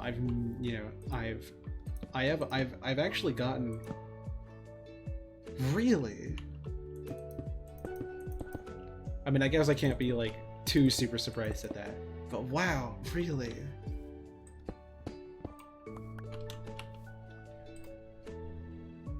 You know, I'm just gonna put some leaves in here, and nobody will know except us. The leaf corner. Nobody will know, but we'll know. I'll probably forget, but that's okay. Somewhere in my subconscious will know. Remember this stream moment, everyone. When I remember this for when I eventually open that up on accident, or to change something, and I'm just like, why are there leaves in here?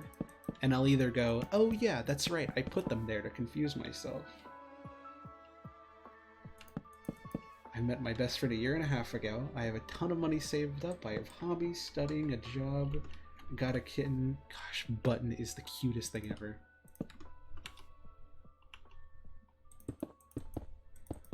Yeah, no, it's... life improving is just... You know, life changing is such a... It's such an experience.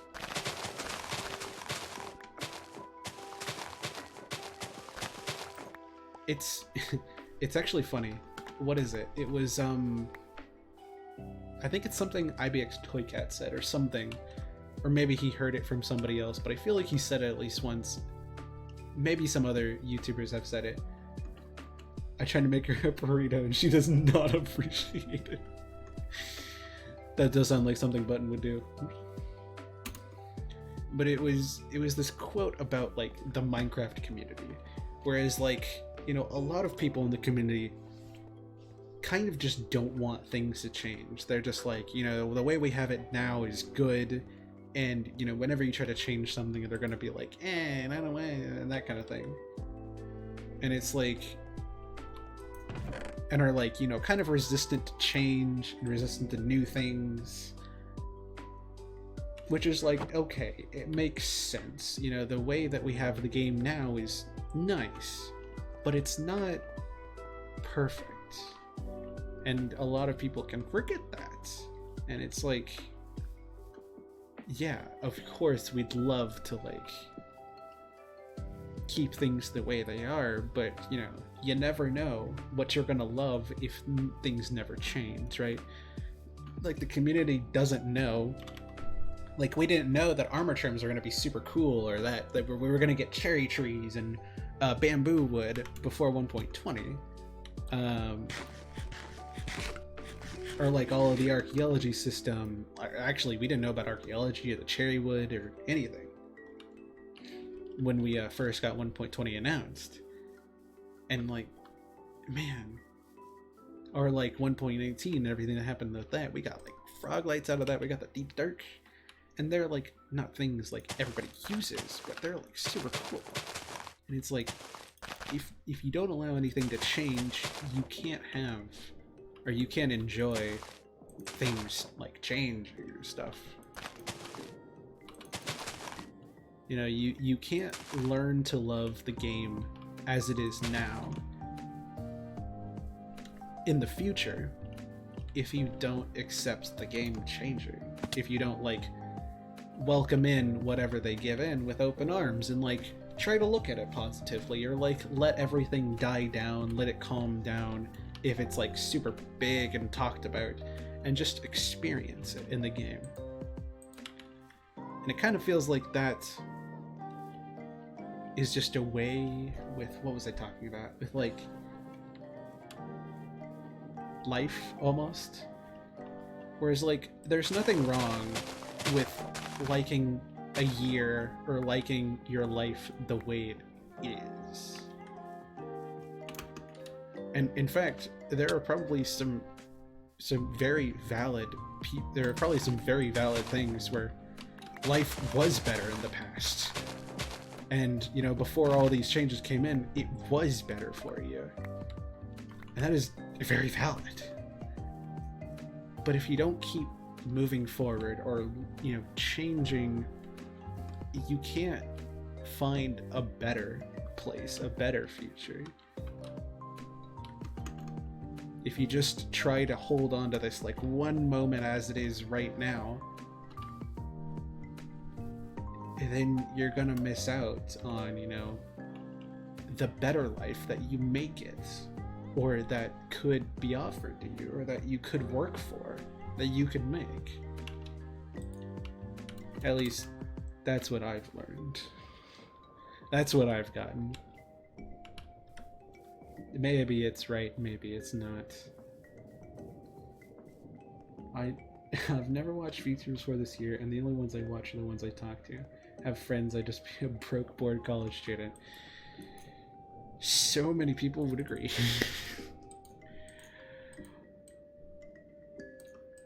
It is, yeah, it is. Like, the fact that before, yeah, last year, Aspen didn't stream regularly, or that they like, or like within the last few months, like literally months at all. Aspen hitting like 2K from uploading their shorts is incredible, by the way. I'm not sure how Mavis is doing, but the stuff that Mavis has made, holy cow, so cool. They've been making amazing stuff. You know, the stuff that Kane has made on their streams are some of my favorites.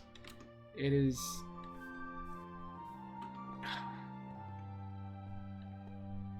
I have learned throughout the last few years that change isn't always good, but it is happening. Sometimes in small ways, sometimes in big ways, and if you learn how to work with it, you can make some amazing things happen. Some things you never would have ever expected. Something that, you know, a previous you could never have dreamed of. And yet here you are living it. I never would have imagined that this year would have given me, you know, if you had told me that when this year started, I would be best friends with like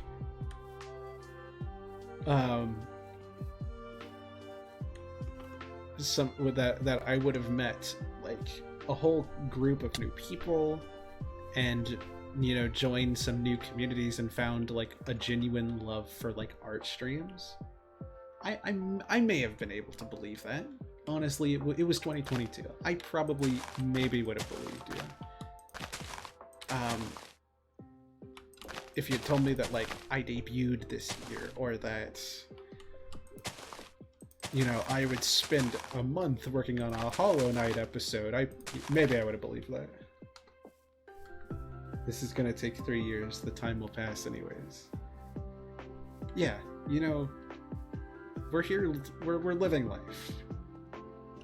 We might as well enjoy it. We might as well make it our own. Even if we can't control everything, even if we can't always do everything the way we want to, we can still make it ours. You know, I can still try and reach goals at the beginning of the year I never thought I would have been able to make. Or, you know, meet new people, or live new experiences that if I'd have just stayed still, I never would have tried or never would have experienced. But by doing that, I made my life a little better. I made it a little more interesting.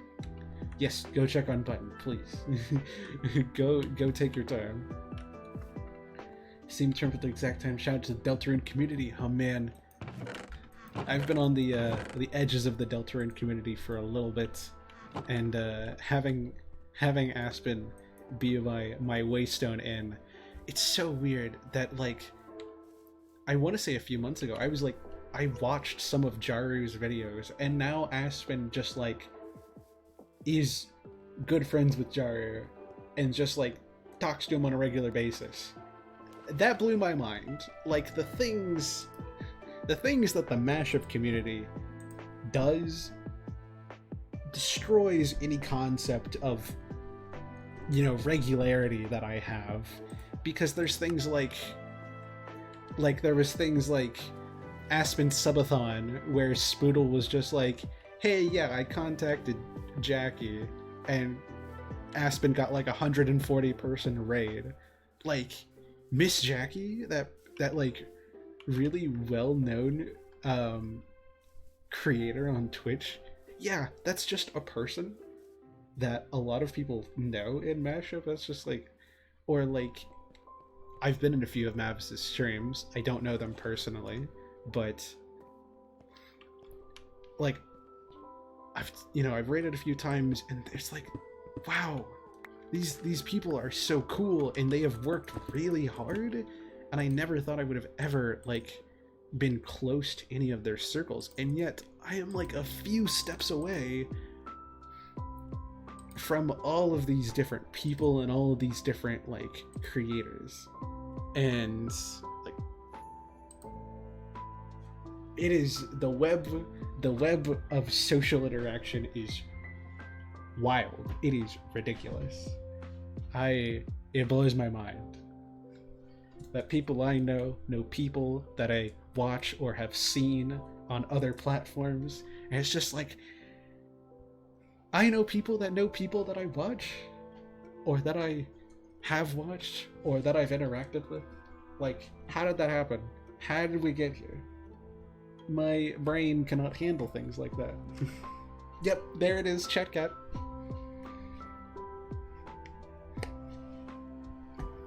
The mashup never fails to just blow my mind. Like, the people that I know personally, to the people I don't know personally, to the people who are on like the outskirts that are connected to people in mashup. Wow. And that's only like a small fraction of it. That's only a small fraction. There are plenty of people that I don't know that have interactions with other people. It is like,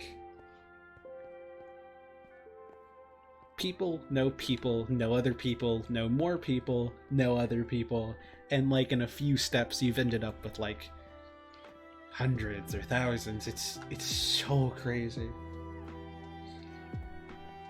Yeah, no, it's because like it's interesting, because a very important and I think a very valuable rule is like not treating content creators like your friends. I think that's a very good rule, because they can't be. There's no way they can be. You can interact with them, you can be friendly, you can be a part of their community, you can, get to know things about them, but you'll never truly be like physically in their life unless you get to know them personally and you get to be their friend. You know, if you support a creator, I think that's awesome. I think, you know, that's great. You can know things about them. You can, you know, celebrate their victories and, you know, be sad for their losses. I think that's totally fine. I think that's, you know, kind of what you want to do if you want to build a community. But you can't know them. You can't be in their life. Because, like, you're not. You're there for what they make and who they are, but not, you know, their friend. Not in their life. You're in a part of it, not like a big part of it. Or no, you know what I'm talking about. The boundary between creators and viewers is a good one to have. Where was I going with this? So I think that's important. But that doesn't mean they're not people. Like you were saying, Switch. It doesn't mean they're not people. It doesn't mean they're not people with their own lives and their own experiences and relationships and memories and, like, their own personalities. They are real people. And just because you're not in their life as a viewer, you are merely there in a part of it, supporting them, you know, enjoying what they do, enjoying them. It doesn't mean they stop being a person. It just means you don't have that connection with them, which is okay.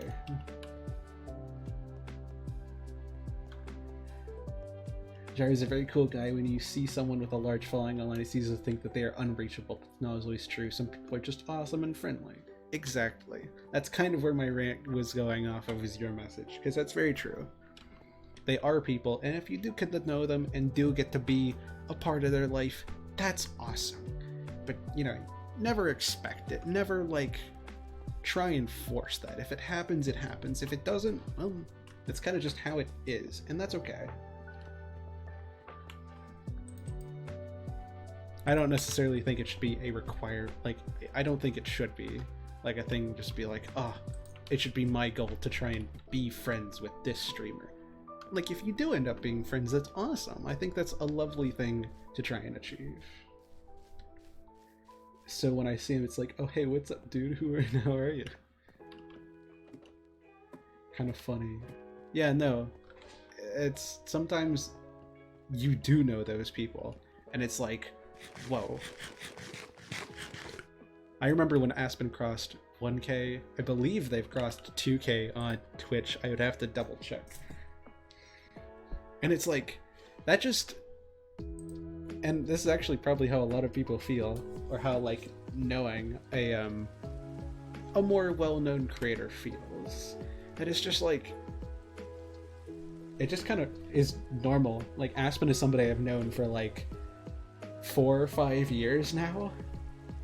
Like, they're a person I've known for a long time. I've known Aspen many years, from in school to on, like, Minecraft servers, to, like, talking to them personally, to, like, when they were streaming and when I'm streaming, and it's like, we've been through a lot.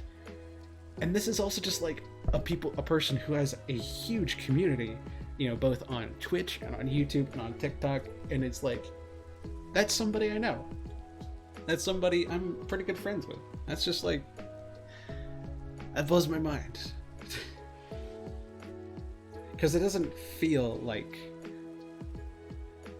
anything big. I look at the size of the community they've managed to make, and I'm like, that's amazing, but also, what?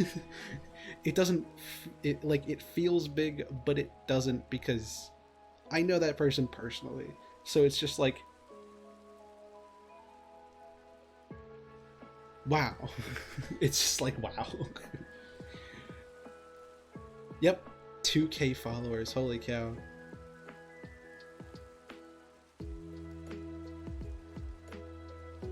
Why am I on the front page of Aspen's stream? Oh, recommended. I was like, this is Aspen's channel. Why am I here? The only one I've watched is Jackie, and there's just here and there on occasion. Yeah, and that's fair. Okay, let's work a little bit on the roof. We're gonna be here for a while. I am on a passion rant today. This music has changed like my brain. It has changed my brain cells.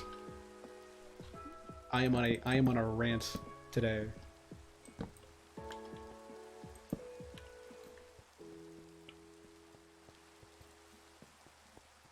Self jump scare. Yeah, no, I like you Cataberry and Cast a Melody. I've seen you two like in passion. I saw you two for like months.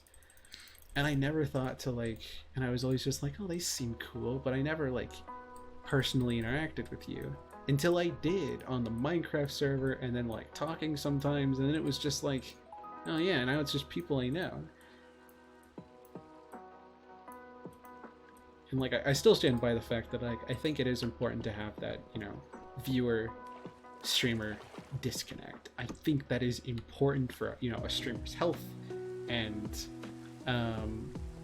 you know, a viewer's like parasociality. I think that's important to have. But if you do get to be in someone's life, you know, whether or not you're a viewer, I just think that's awesome.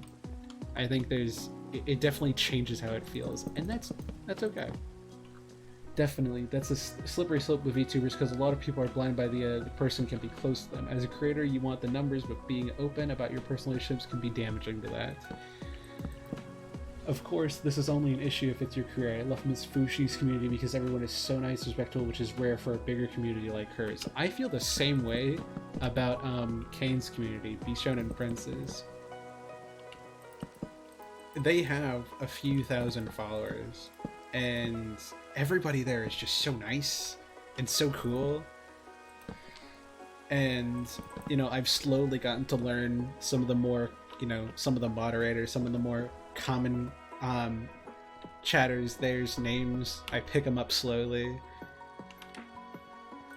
And I'm no way, like, anywhere near the level of, like, being friends with them, or like anywhere near that, but I have such a great time there, and I think that's great.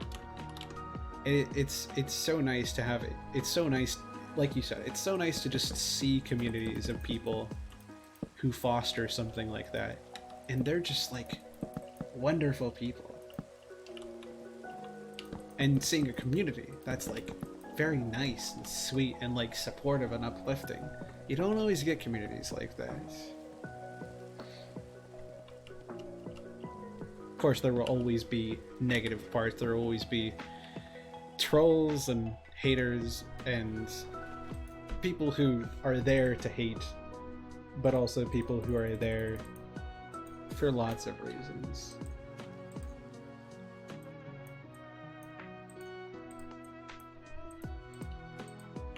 But to join a community where it's largely positive is always a nice feeling, because you don't always get it, but when you do, it's lovely. In stream and not seeing any trolls, exactly. I feel kind of lucky in that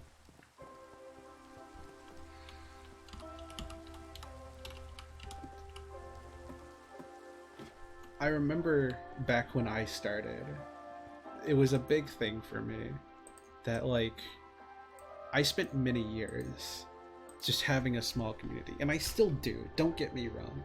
I still have a very small community, but over time I've gotten to love it. Because, you know, of course I would always love to have, you know, more people follow or more people subscribe on either of the platforms. Of course, that's always the goal, but I've really gotten to learn the value of having a very personal community, somebody where it's just like I can just enjoy, you know, streaming a few times a week and building projects and just have a great time. Hello, Atticus. Oh no, Acidus. Sorry, I got your name wrong. This is Java. This is a single player survival world that I've been building in for a few years now. This is Connection Point. This is Java though. How are you doing today? I apologize that it's not Bedrock.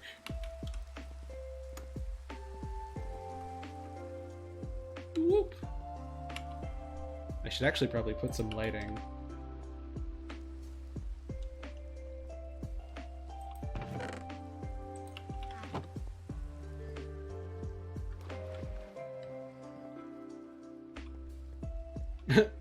Nope, see ya.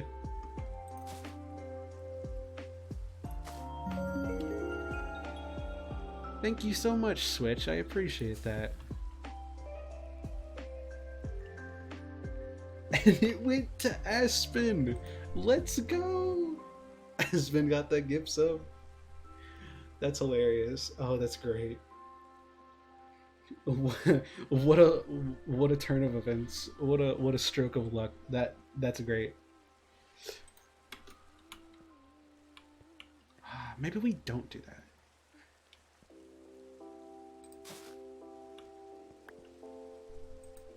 Where's my lanterns? Thank you so much for that, Switch. I appreciate that. That person really just came in to make sure this wasn't... the Bedrock police was here. They were like... Stop. Are you playing Bedrock? Nope. Okay, cool. You're good. Time to check the next channel. We nearly avoided that.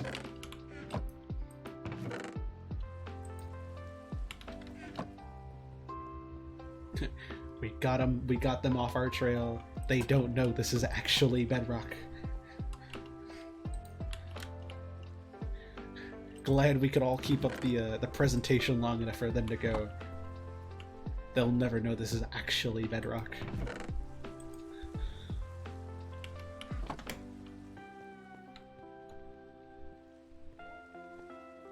Mind me at pit. Raven. You are so special. Like in a Bedrock police open up, just like a open up. We know you're playing Bedrock. Hand it over. You'll never take me alive. Oh, it's so stupid. Like, there's nothing wrong with Bedrock. Bedrock is actually a lot of people play on it. It is a very I mean, it has a lot of bugs, of course, but so does Java. Like, it's its own playing experience. You did what? Oh my gosh. I didn't see the number for a second. Raven? Oh, the top. Look at it go. Look at it go. Did you see that? Did you see the number? Did you see the names go by? Holy cow. Did you see that? Did you see the sub go crazy? It started like raffling the names. It was bingoing. Holy cow. Oh my gosh. I'm so glad I looked over. It just went ridiculous. Okay, let's call out everybody that just got it. Okay. Raven has gifted 25 subs. Thank you for the 25 gifted. You've gifted a total of 208. Raven. I am so at a loss of words. Let's see. It's Me Marshy, Zillant, Atlas the Space Fox, Super the Blob, Stella Nova, Blue Skies at Night. I know that person. Acidus, the Bedrock Police. Clark Kent, Vipray. I feel like I recognize the name. Caden, I recognize the name too. Tessu got one! Let's go! Elisa, Rebel Allen, Battlefield, Dorvin, Centurion Raidfield. Pinku got one! Let's go! Cheesy Noodles, Hey Mr. Aladdin, Lords Colway, recognize that one. Barry Blue Rabbit, Celestia got one! Dizzled got one! Okay. Let's see, Ace of Clubs Live, recognize that name. Crow got one, awesome. And then Night Noodle. I recognize that name because it wasn't Night Noodle. I think it might be there. Oh, maybe? Hype Train, we've started a Hype Train. We have started a Hype Train. What in the world? Hello? I call upon the choo-choo. The ancient art of the choo-choo. Thank you so much for the 100 bits. Kata, tried to lay down in my lap and almost rolled off. Level 6? We're at a level 6 Hype Train? What is going on? Oh my gosh. You people are so nice.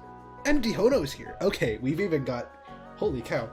Now we've had a surprise appearance from Starlow's community. We've got... Maybe this is the Avengers... The Avengers meetup.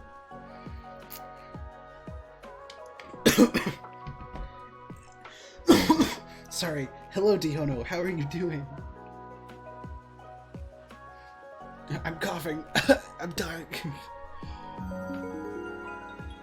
Raven. Oh. 10 more. Let's watch the names go by yep, there it goes. I saw Malik. Okay. Thank you for 10 more gifted, Raven. Oh my gosh. Let's see. Fist got one. Smail got one. Yes. Aura. Kai. Bees got one. Let's go. Conjunks. Ray got. Let's see. Ray got one. Not our Ray. Another Ray. Livy got one. Recognize that one. Malik got one. Yes. Dr. Ray Senior. Let's go. Or Dr. Or Dre's Junior. Kepler got one. I recognize that name. I recognize a lot of these names, which makes sense. Like, how can I just... Like, not... We're at a level 7 now.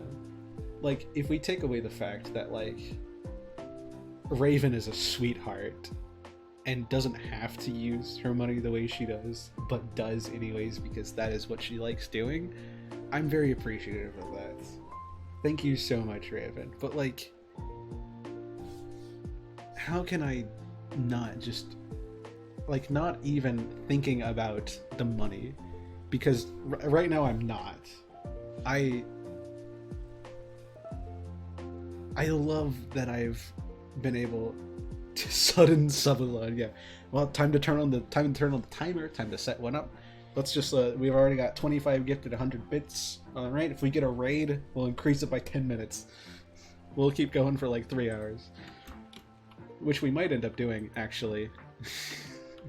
That might just end up actually happening because I'm just on a roll today. I didn't think this would be the long stream day, but now it is. I love that I have this community of people. I love that this is my community. That we can just, like, what have we done in stream today? We've, like, I've just done a lot of, like, talking about good memories. We've shared experiences. We've just been playing Minecraft in the background. You know, Raven has been sweet enough to gift subs. It's just like, how can I not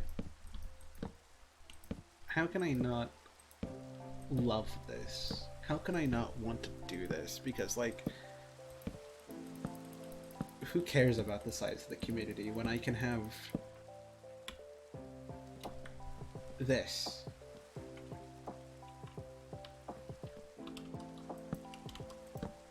Of course, it'll always, you know, of course, growth is always a big thing in these kinds of jobs. And that's not necessarily bad. But how can I not just love this? How can this not be everything that I've, you know, wanted when I just get to do this? I just get to slowly build a community that's my own with people that I recognize people that I know sometimes,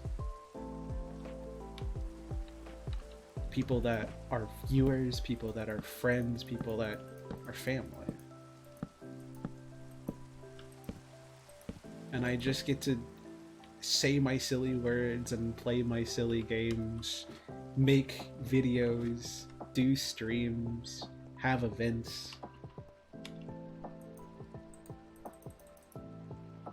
How can this not be everything? How can this not be, right? This is perfect. And that doesn't mean I want to stop here or not keep going.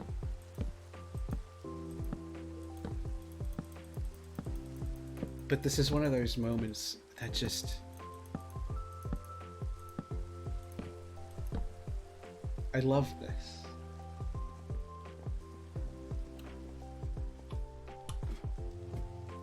I love that I've been able to build this ragtag group of people. Some that know me, some that don't, some that pop in for a few streams, some that pop in for a lot of them, and just...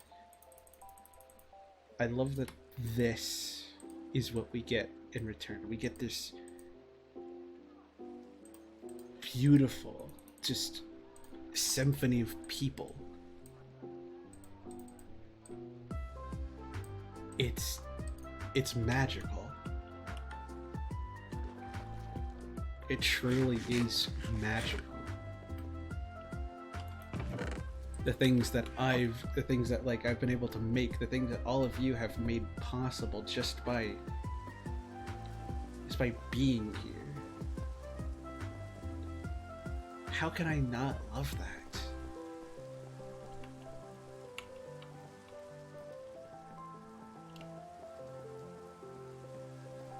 I'm kind of at a loss for words. And this isn't the first time I felt this. Like, when we reached 200 followers, when we reached 150 followers, or when, like, we reached 100, or, you know, when we finished, you know, I received the level 6 hype train emote, holy cow. You know, when people started, you know, when different people come in, or when I met different communities, or when I had, you know, season 3 or season 1, or like...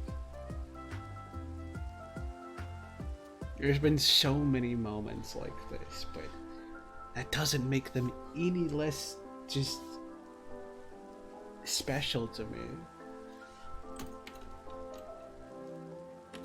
I love them. I love these moments.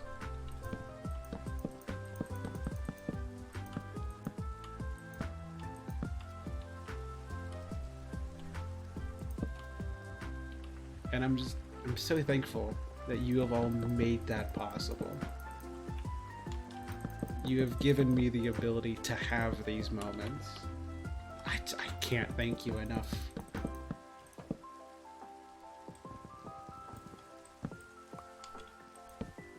It's like the end of Wander's song. We didn't need some magical spell to make ourselves happy because all we needed to save ourselves was each other. People are crazy. People make life worth living. It's true. The ability to share a little bit of my time doing this, doing something I love, with people who just love watching me do it. I couldn't ask for anything better. I couldn't.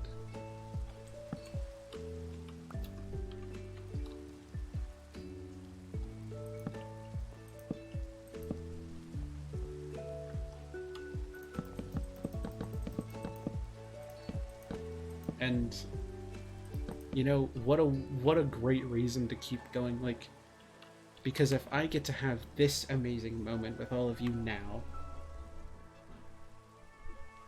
you know, why stop?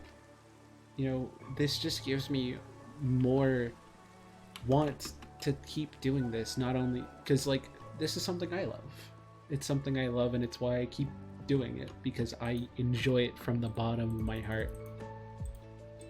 But when we get moments like this, it's like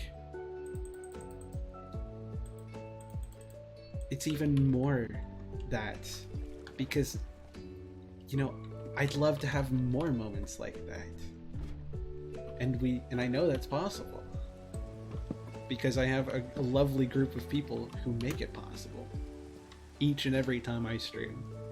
And you know, why stop here? Why not continue on and see what the future holds? Because the future may hold even more moments like this, and I want to see them. I want to live them. I want to feel them.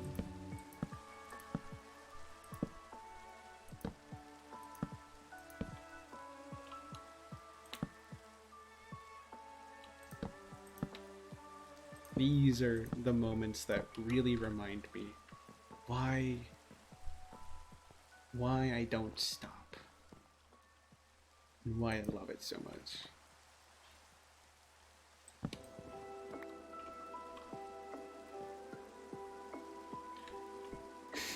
I was just giving Rand the updates because I'm lurking, but I'm trying to play Plants vs. Zombies, and Button keeps walking across my keyboard. Button knows what's up. Button is trying to protect you. Button is... We should all try to be more like Button. Walk over your keyboard and attack the zombies. I think Button knows what's best.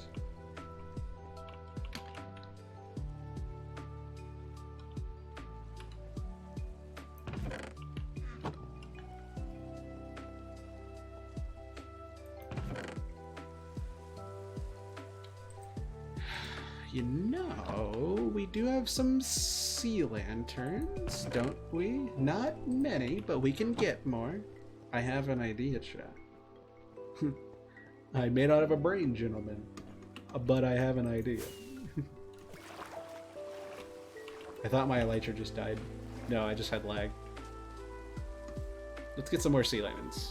I have a cool idea.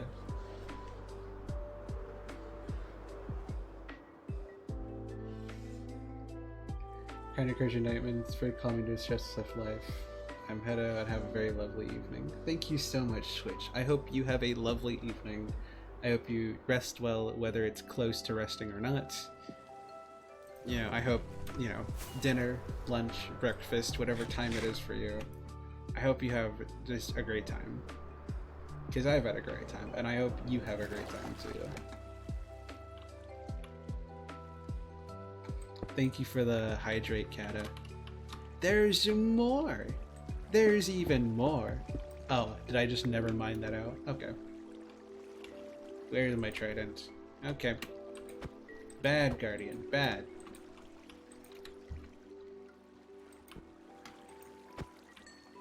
Thank you. Yes! We should give our good lucks to Switch. They earned it. Oh, actually, there's a bunch of lights up here. I'm glad I popped in.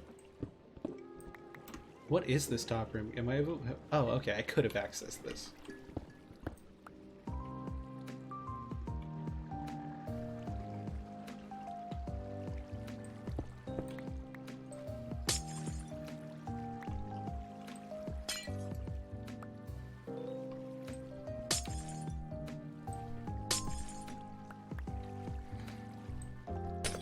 I'm not sure if it'll look good, but I have a cool idea of maybe doing a ring of tuff around the edges, around the underside of the slabs, so that we can have, you know, a little homage to what used to be here.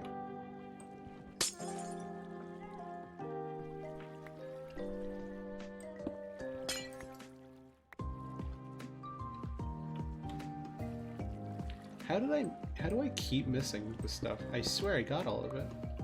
Did I get all of it now? I think I did. Alright, up we go.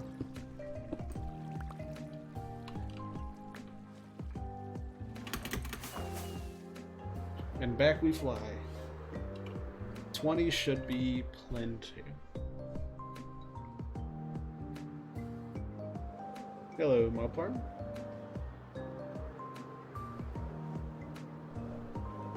We may actually be going for 3 hours today.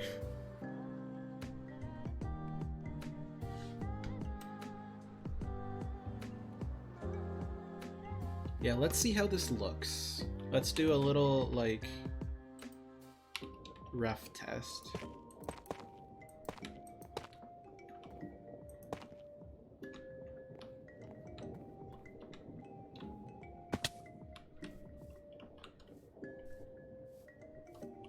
Honestly, I think we might have something going here. And let's get a little calcite.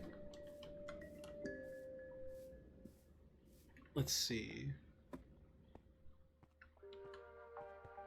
I believe the calcite is back here. Yes.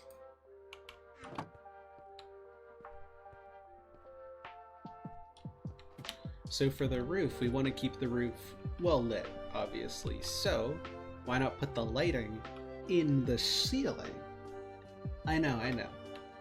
Genius stuff over here. So, like,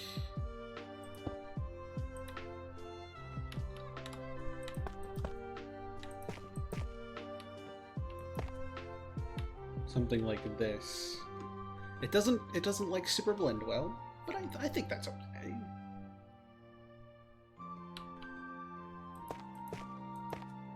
And then, like, actually that works really well. Putting the light on the corner. Kinda nice. Actually, no, I take that back.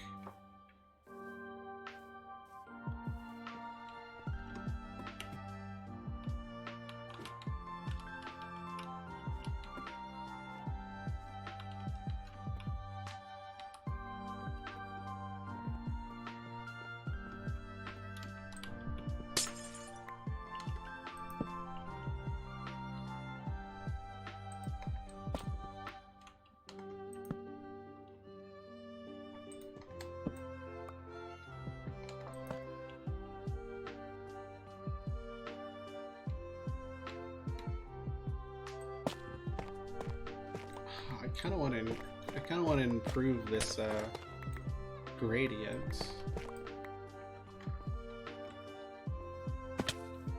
So we know we're going here and then here. Maybe the blue doesn't work. Maybe we need the like that. Then we need a block in between that for this.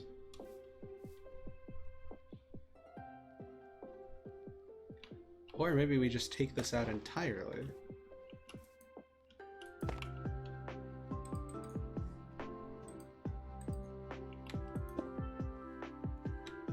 We just need a block right here. Ooh, okay, we have something going here. What's a block between cobblestone and prismarine?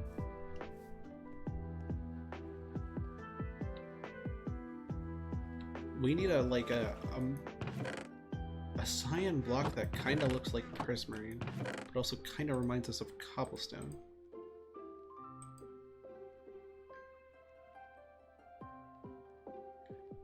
I don't know.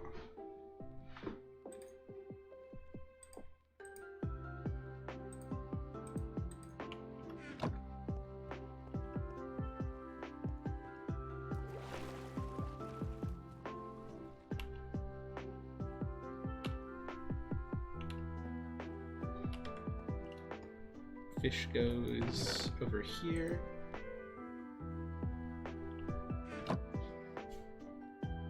Wait, could it actually just be as simple as mossy cobble? That actually might lean more towards green than anything.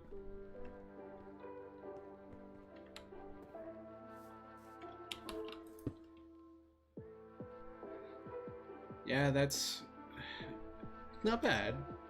But it's definitely not what I'm looking for.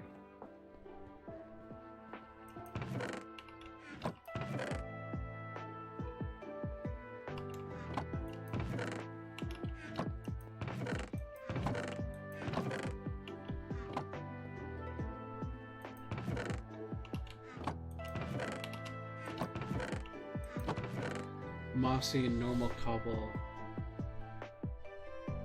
Flip mossy and normal cobble. Mossy seem a bit darker. Huh.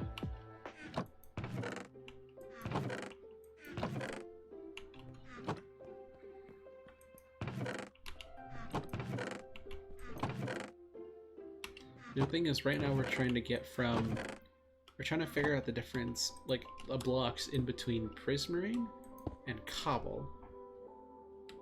Or I guess prismarine and, like, mossy cobble. There's a block that needs to connect them, but I don't know what it is yet.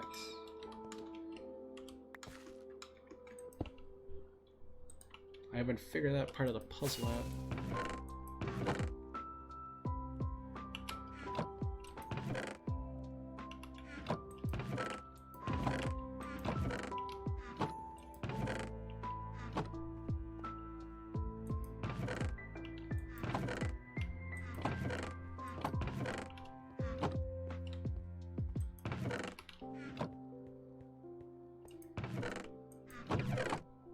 Ender Pearl block. That would be an interesting block.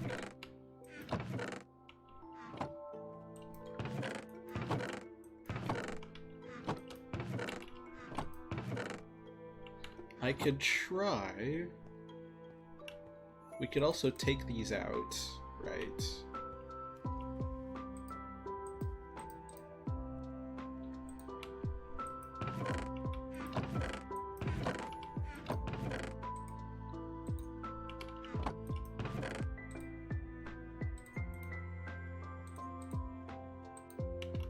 Bam. Go over to our die. Swim through the water.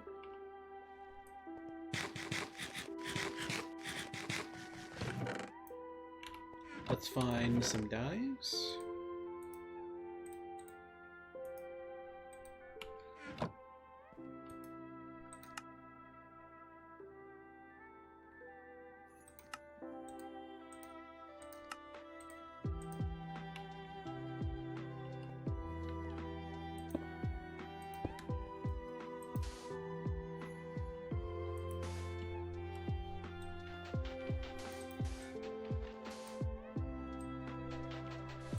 No, the cyan definitely works better.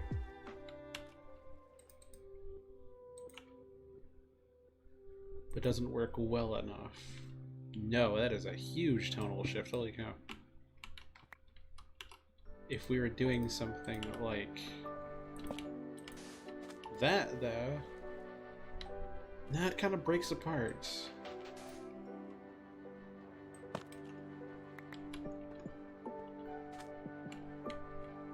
Maybe we just do this?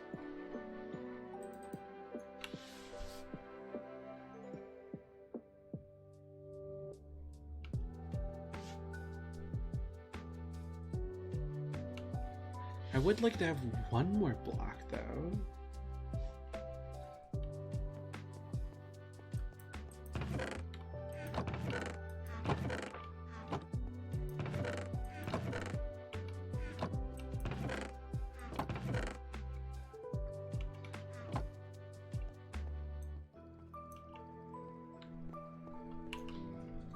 You know what, I'm gonna look up something.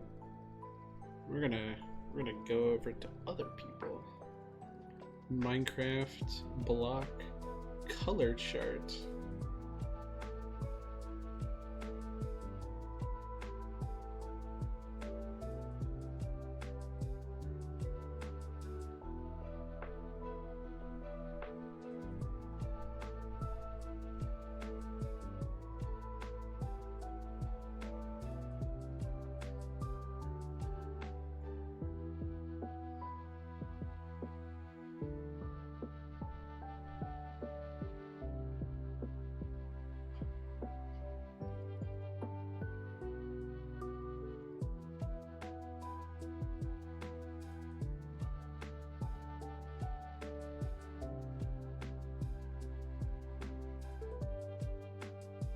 Let's see, how updated is this? Trails and Tails, perfect.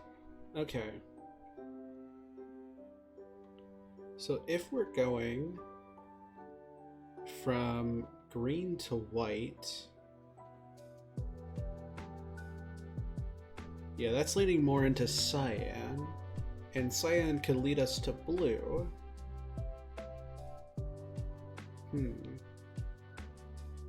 But we're more looking for something white leaning to green.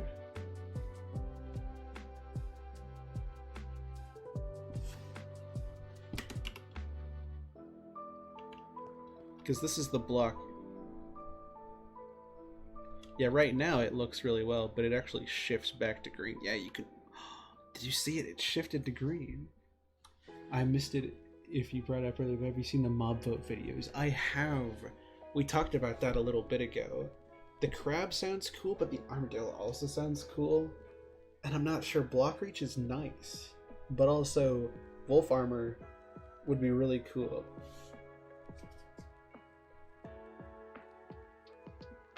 And just based off what they're going with, it doesn't have a lot of uses yet. I think it could have uses to expand into it, but we have to be very careful to not like be like, oh yeah, Minecraft said this, which they didn't.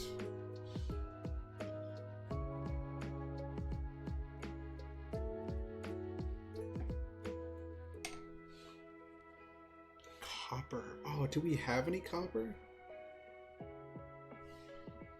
I want big lizard. Fair enough. That is so fair, actually. Where's our copper? How much copper do we have? Decent amount, actually.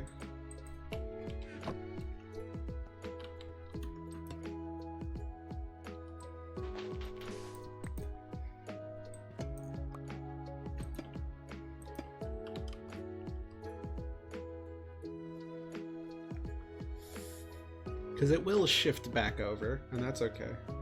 An odd one, not a regular animal. It's a very likely guess, honestly.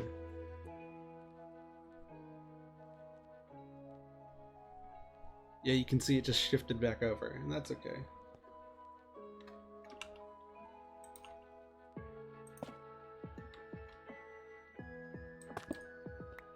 Ah, dang it.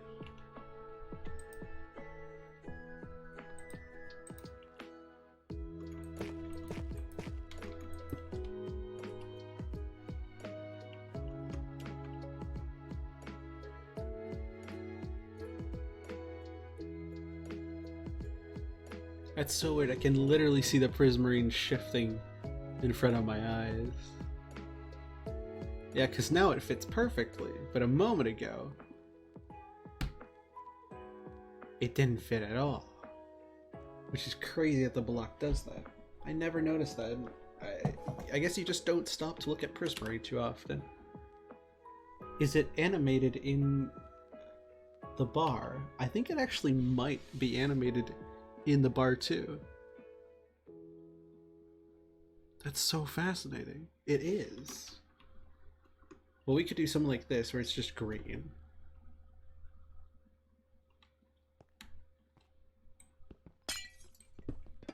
No, I don't know if we have enough copper to do it. We could always cut down this copper and do something like just this.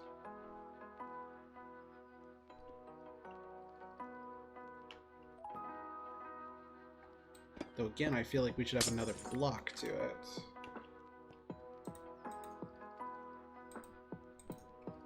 But now my inventory's full of blocks.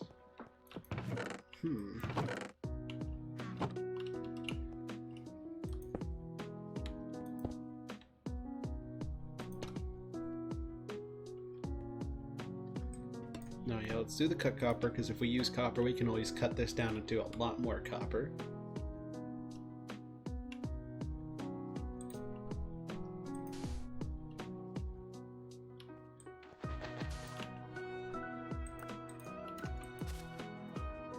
Way too green, holy cow.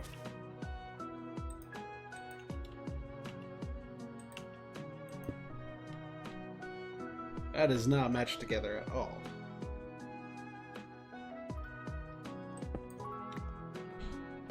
Although I guess it would be more like that.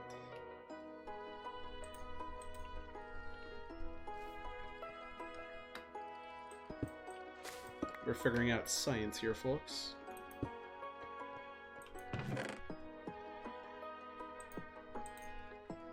live on broadcast. Warped Wood. Warped Wood is the last one. Oh, they don't. They don't. Don't look at it. Don't look at it. Don't look at it.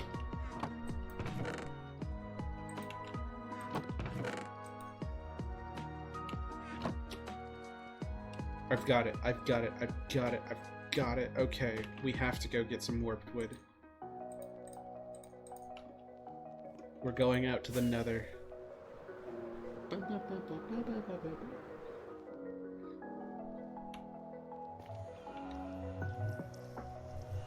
Pretend you didn't see. It's okay.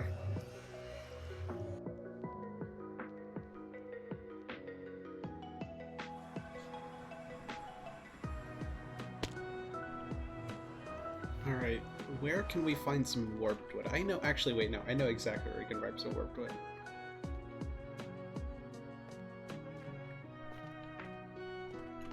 Alright, let me check the time. Holy cow, we're at almost 3 hours.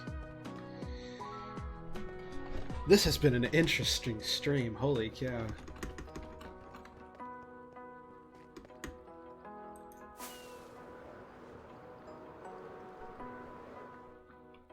Nether unloaded, Nether unloaded.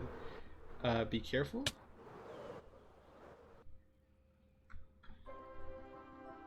When the Nether unloads, it does not lead to anything good.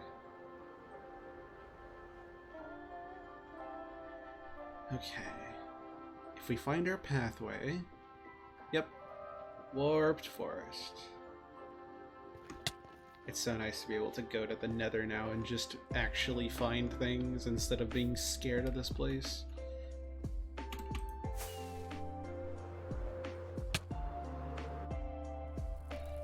For so long, the Nether took my life over and over again.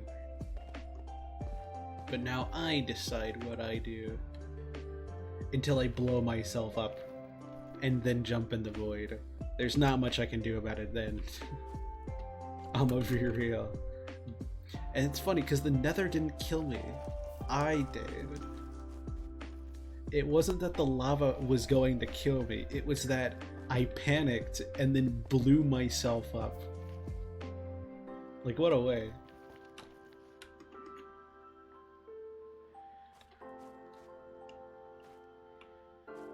Yeah, there's this small warped forest here, which, yeah, you know. Does it go on any farther?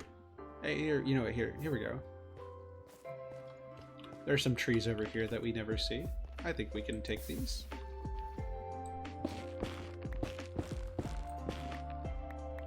Wait! Oh, wait! Okay, we should actually collect some of this. This is actually good. We don't have a lot of this wood, or, you know, any. This is actually a good block to have. But I think it's this. This is the block we need.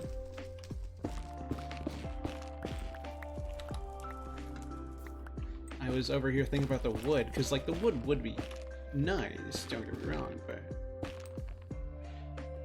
Oh, the wood's falling in the... It's falling, no. But we need this block. The warped block, of course. How could I be so silly?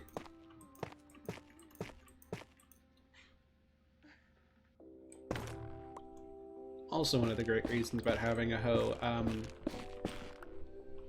you might remember when they made the hoe, like, really, really good in 1.16? Now that was an awesome update. They basically revolutionized using the hoe into, like, something that was actually amazing. It was incredible. You could mine so many blocks faster. It changed everything. It made having a hoe worthwhile.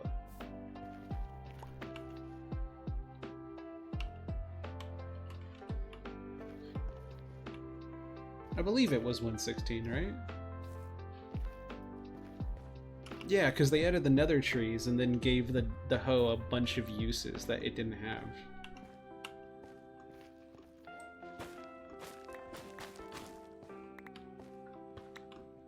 Duh, I forgot about that.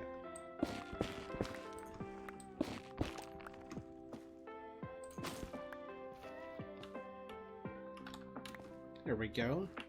That should do us well. Alright. Ooh. Did a tree grow through here? It actually grow through the ground. It very well might have. Okay, let's head back.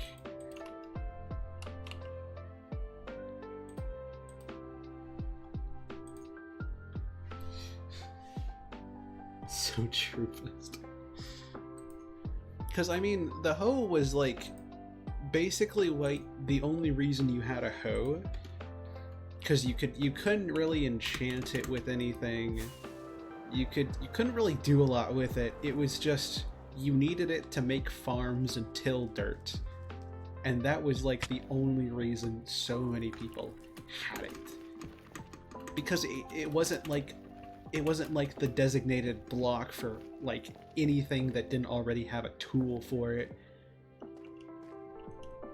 And then, I don't actually think it had the ability to put, like, Fortune or Silk Touch on it yet. It might have? But I don't think it did. And then they gave it that functionality. Then they made it to where, like, the Warped Wart and then the Nether Wart blocks, what are these called? The Shroom Lights, the Hay Bales, the, and actually maybe, I want to say it's also, like, the Dried Kelp blocks. Like, a lot of blocks that just didn't have a designated block, the hoe could do it now. And you could give the hoe, you know, efficiency and unbreaking and mending, and then, like, Silk Touch and Fortune, and it was like, wow, leaves too? Oh my gosh. Like, shears are still nice for, like, wool and leaves, but just having a hoe is so nice. Oh, hi. How are you doing? It changed the way that hoes work, and that was honestly amazing.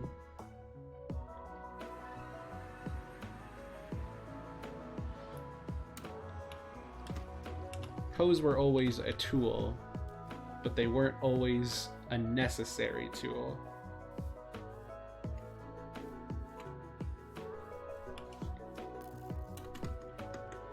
And then they were.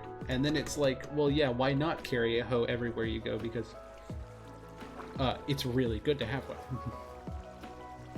Leaf collecting is just so much nicer with a hoe. It just is. Silk Touch on a hoe, boom, so nice. Okay. So.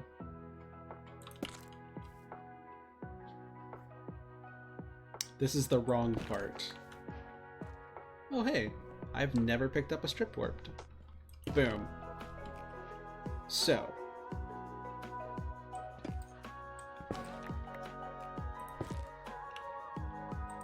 Let's actually do that. So this, or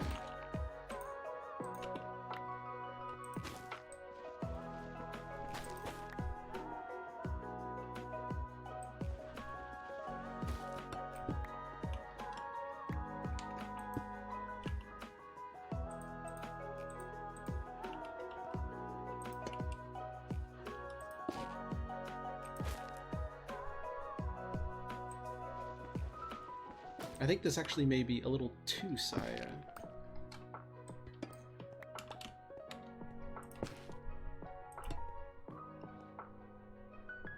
Because, like, it fits now when it's green, but when it's blue, it fits the other way.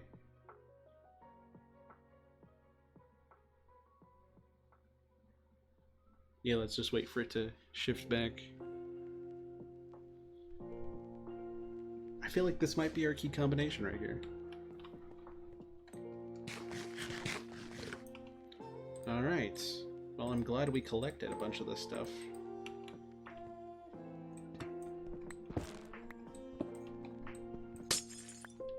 Oh, so glad my axe is Silk Touch. Whew, that scared me.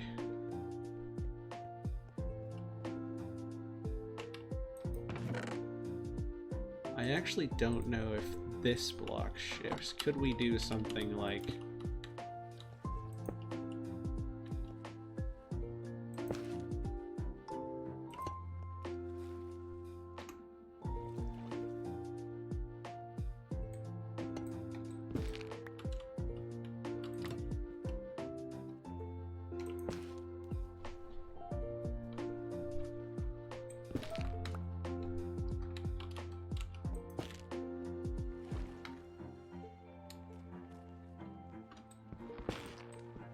I think we'll just need to stick with the shifter. Alright. Let's start putting in some patterns.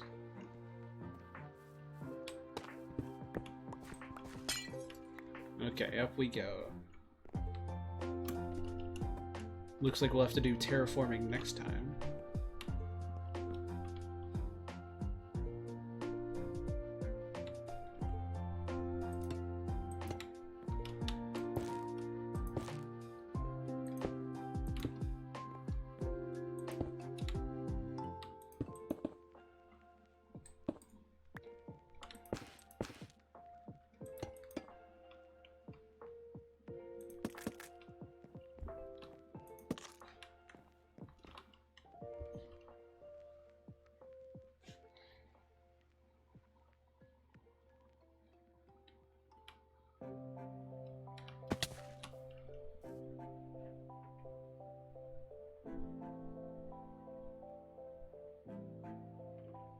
I feel like we should switch it.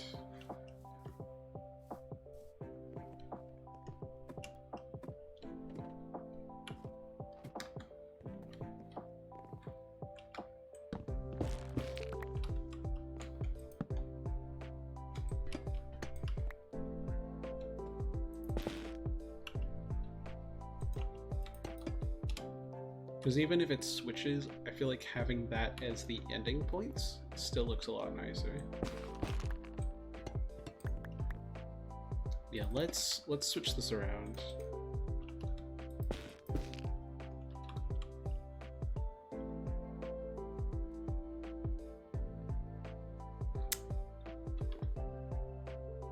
Figure out what to do about that in a second.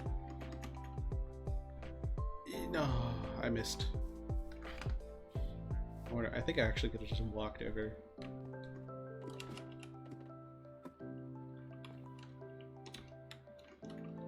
I mean, this would also be like that.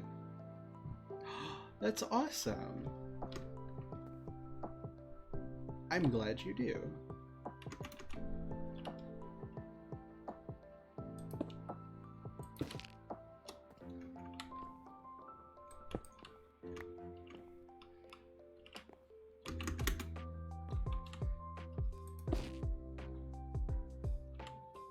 Then we do the 2 copper. We do the corner like that.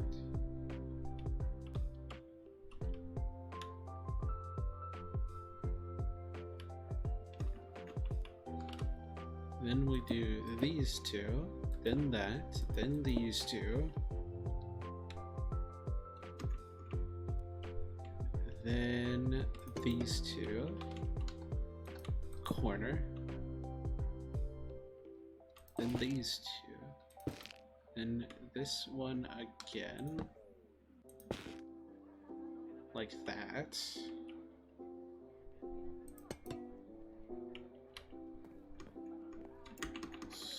Make sure that's right. Yes.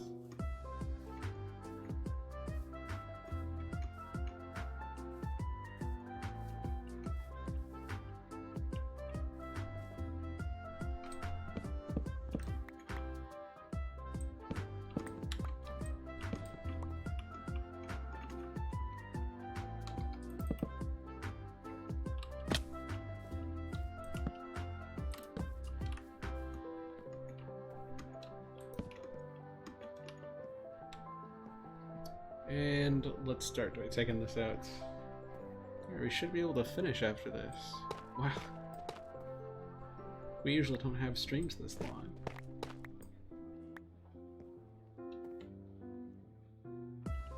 There we go. There it is. So 2 of those, 2 of those, 2 of that, a light, 1 of that, over here, 1 of that more, 2 of that, a corner, and 2 of these. I'll have to go around and strip all those logs, but that's okay. Then 2 more. Then 2 of these. 2 of these. The light. The corner. 2 of these. 2 and 2. And this just goes on for a while. Then 2 of these. Then 2 of these. 2 of these. 2. Bye-bye.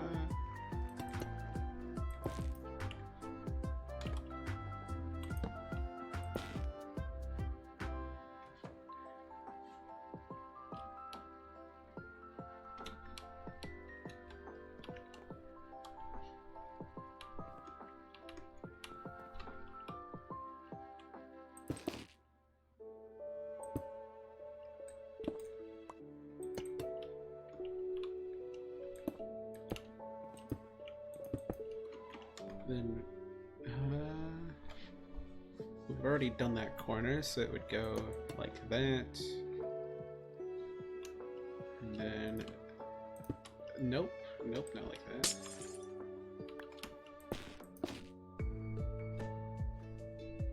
I do like this pattern, actually. It does look nice.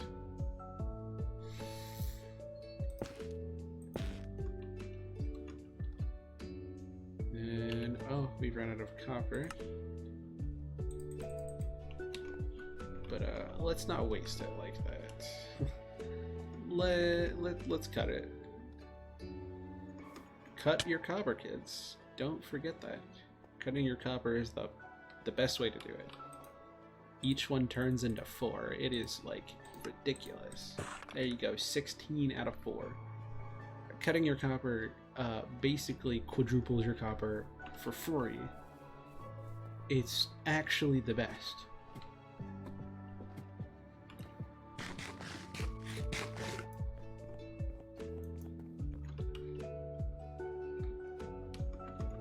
I hope they line up. It would be so funny if they didn't line up. But also, I wouldn't be surprised.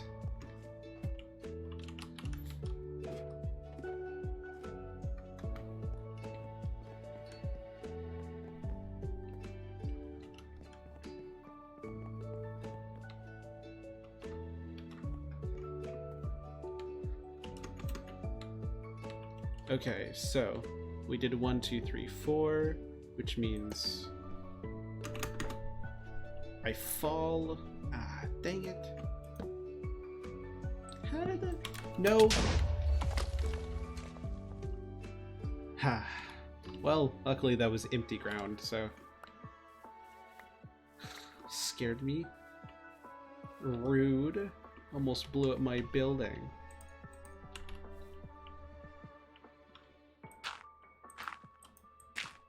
Dumb creeper. That wasn't very nice of you.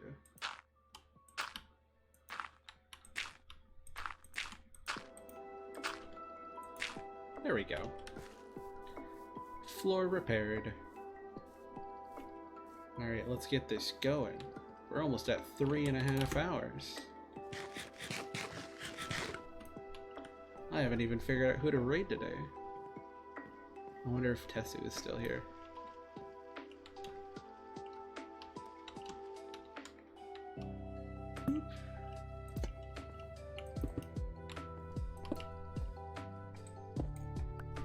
Nope.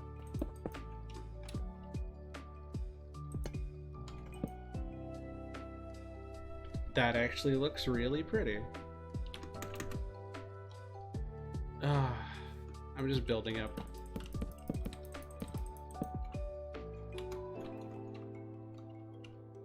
And copper on this side. Then 4 of these, then the copper. Nope, fill in the corner.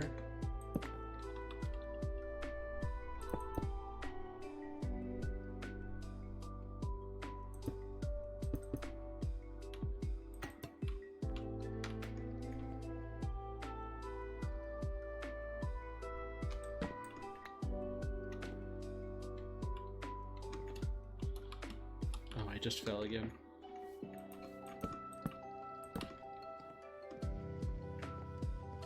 Okay, the copper right there.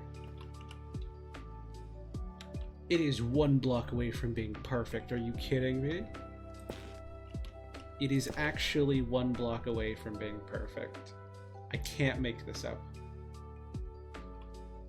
Wow.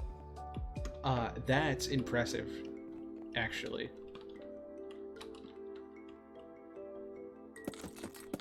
Anyways, let's strip all the logs.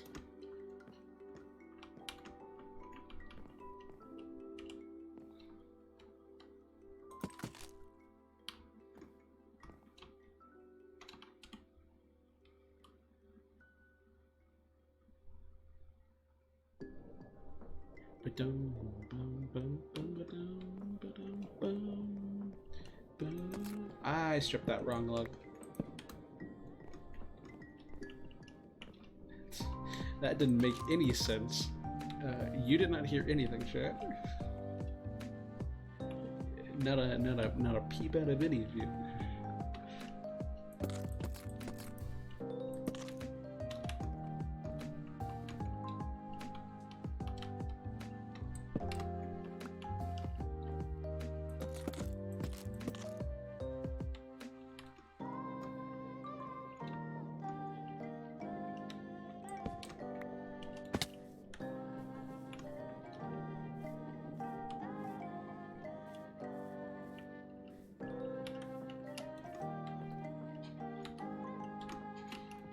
You're so good, little marshmallow bonbons.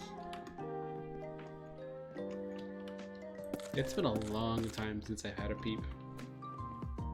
Would have been boring. I'm glad I could provide some much needed entertainment for you. Because goodness knows you aren't getting it at work.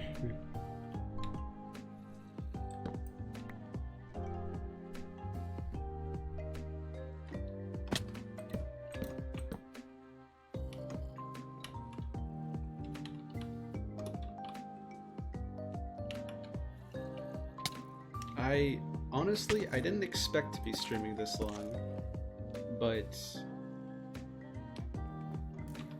I've just been having a good time.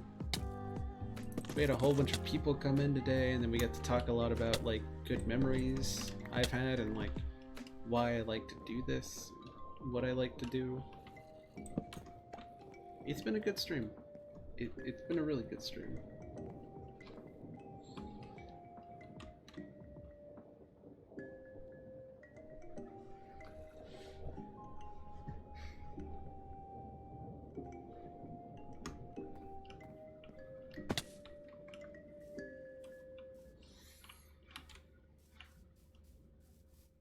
Oh yeah, we have commands. I forgot about that. Well, I think that means the roof's done.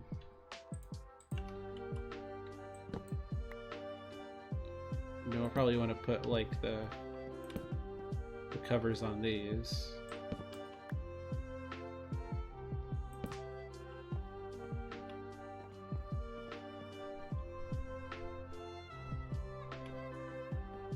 Yeah, I forgot we had the heart one.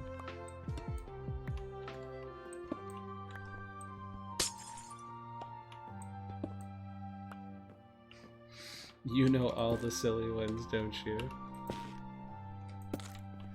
You have the silly memorized. The silly lives on inside of you.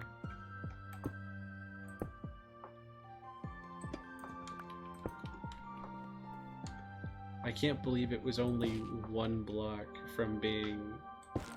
it was only 1 block off. That was impressive. I didn't expect it to be that close.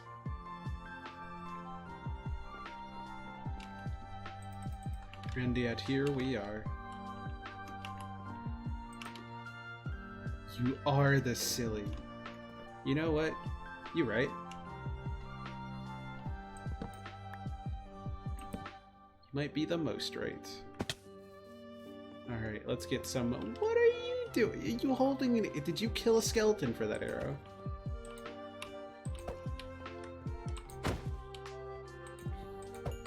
Thank you. My man out here killing skeletons. Appreciate that. To hold an arrow. Don't appreciate that.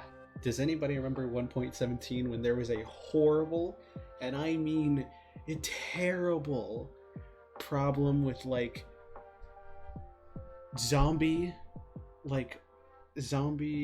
no, it was like baby zombie jockeys on chickens, like spawning in and then dying, and then the chickens would stay spawned in. They wouldn't like despawn or anything, and they would just lay eggs, and then zombies would spawn.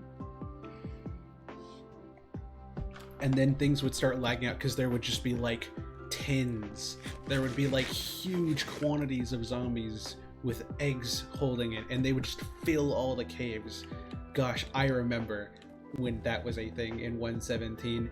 Very glad we don't have that anymore. It was such a big problem. Don't recommend it. I do not recommend it. It was so annoying. We would just find caves on our server, and they would just be like filled with zombies and chickens. It was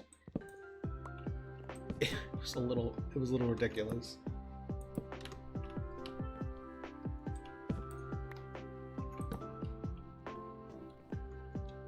Very glad they fixed that one, honestly.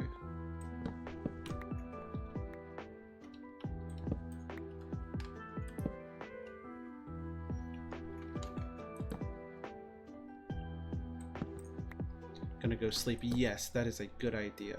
Thank you so much for being here. We're probably gonna end soon anyways, but thank you so much. I appreciated having you here.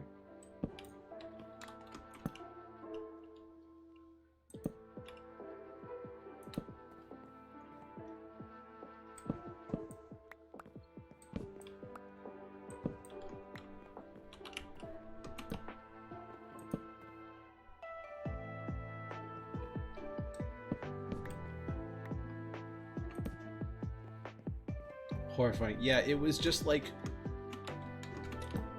it wasn't a thing like you really noticed until you started caving, and then it was like, oh god, all of the unlit caves are just filled with like, it just like, there was like way more chickens in caves than there ever had been. There was just, it was so weird. Very glad they ended up fixing that, but it was such a wild time.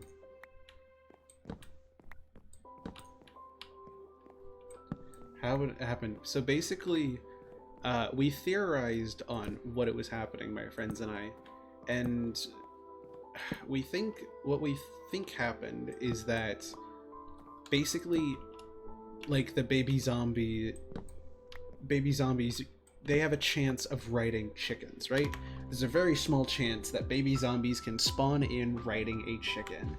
And what we think happened is that maybe that stat got increased, like maybe they spawn more frequently on a chicken, like a baby zombie would spawn more frequently on a chicken or something like that.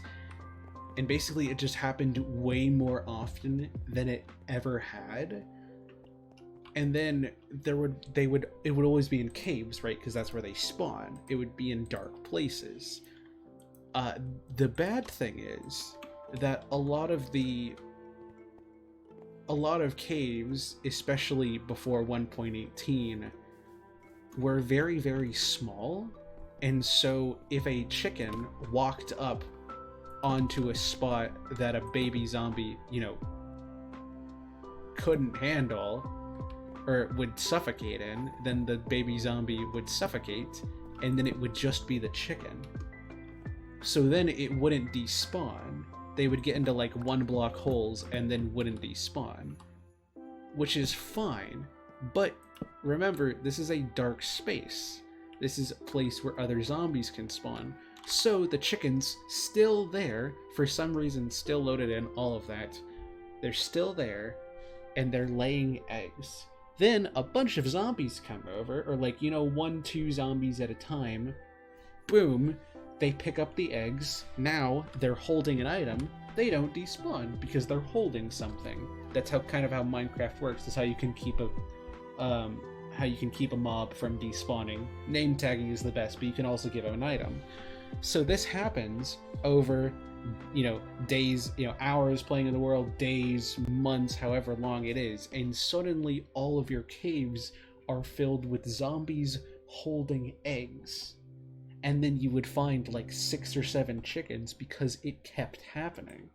It wasn't just one chicken laying all these eggs, it was multiple baby zombie jockeys dying and then laying eggs, and then the zombies that would spawn in caves around you, they just keep piling up.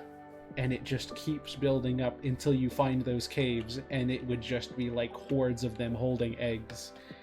It was wacky. Like, we went into a world download, the season that we ended up playing on 1.17, and we found this massive cave that was filled with like easily like 60 or more zombies with eggs that we never found while we were playing on the world itself. It was nuts. It was ridiculous. I think we did it. I think we did it. I think it's done. I think the actual building itself is done. I think we've done it.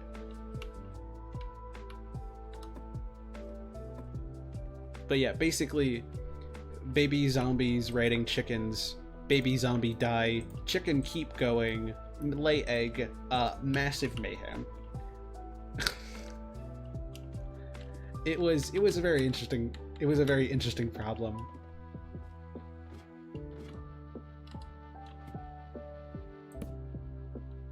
And holy cow.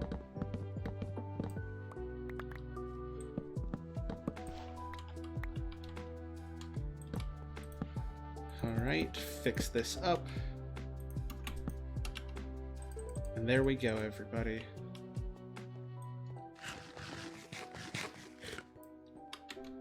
And as we although no, I think we'll save the really fancy pictures once we get the terraforming in and all of the chests and item frames in. Let's actually get some more rockets. Do I have more rockets? Where would I even keep them? I don't know.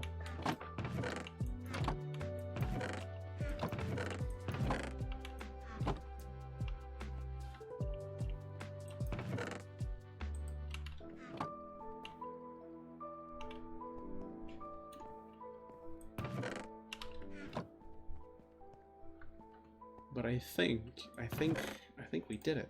I think we're done for today. Nope. Yes.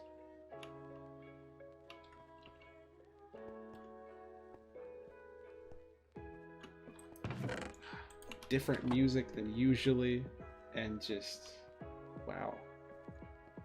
So let's take one final look around, and yes, please go to sleep. Sleeping would be good.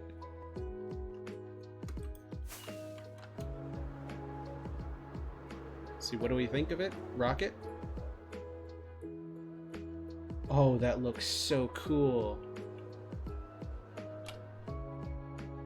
Look at that's a base if I've ever seen one. Look at that.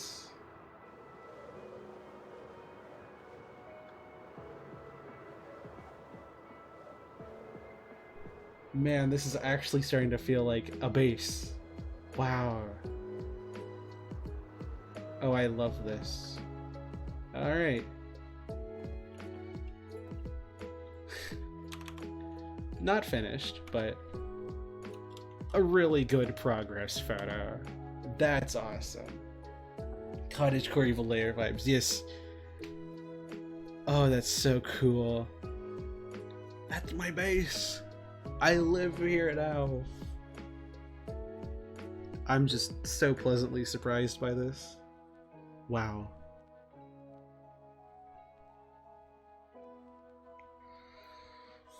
And I think with that, let's move on over to stream ending. Sleep well, Rose. I am gonna find us somebody to raid. Because we've been going for... I don't even know how long at this point. 3.5 hours. Spoodle's here. I don't actually know what is Spoodle playing. What in the world? Party animals. And here I go to clock out too. Well, thank you so much everybody for joining. I'm gonna set up that raid to Spoodle. We're gonna raid into Spoodle today. They're playing Party Animals. Never heard of it, but sounds interesting. It has been such a long stream today. We usually do not go this long, but I had so much fun. We had so many amazing talks and wonderful chats. It really made my day today. And I hope you all learned something too.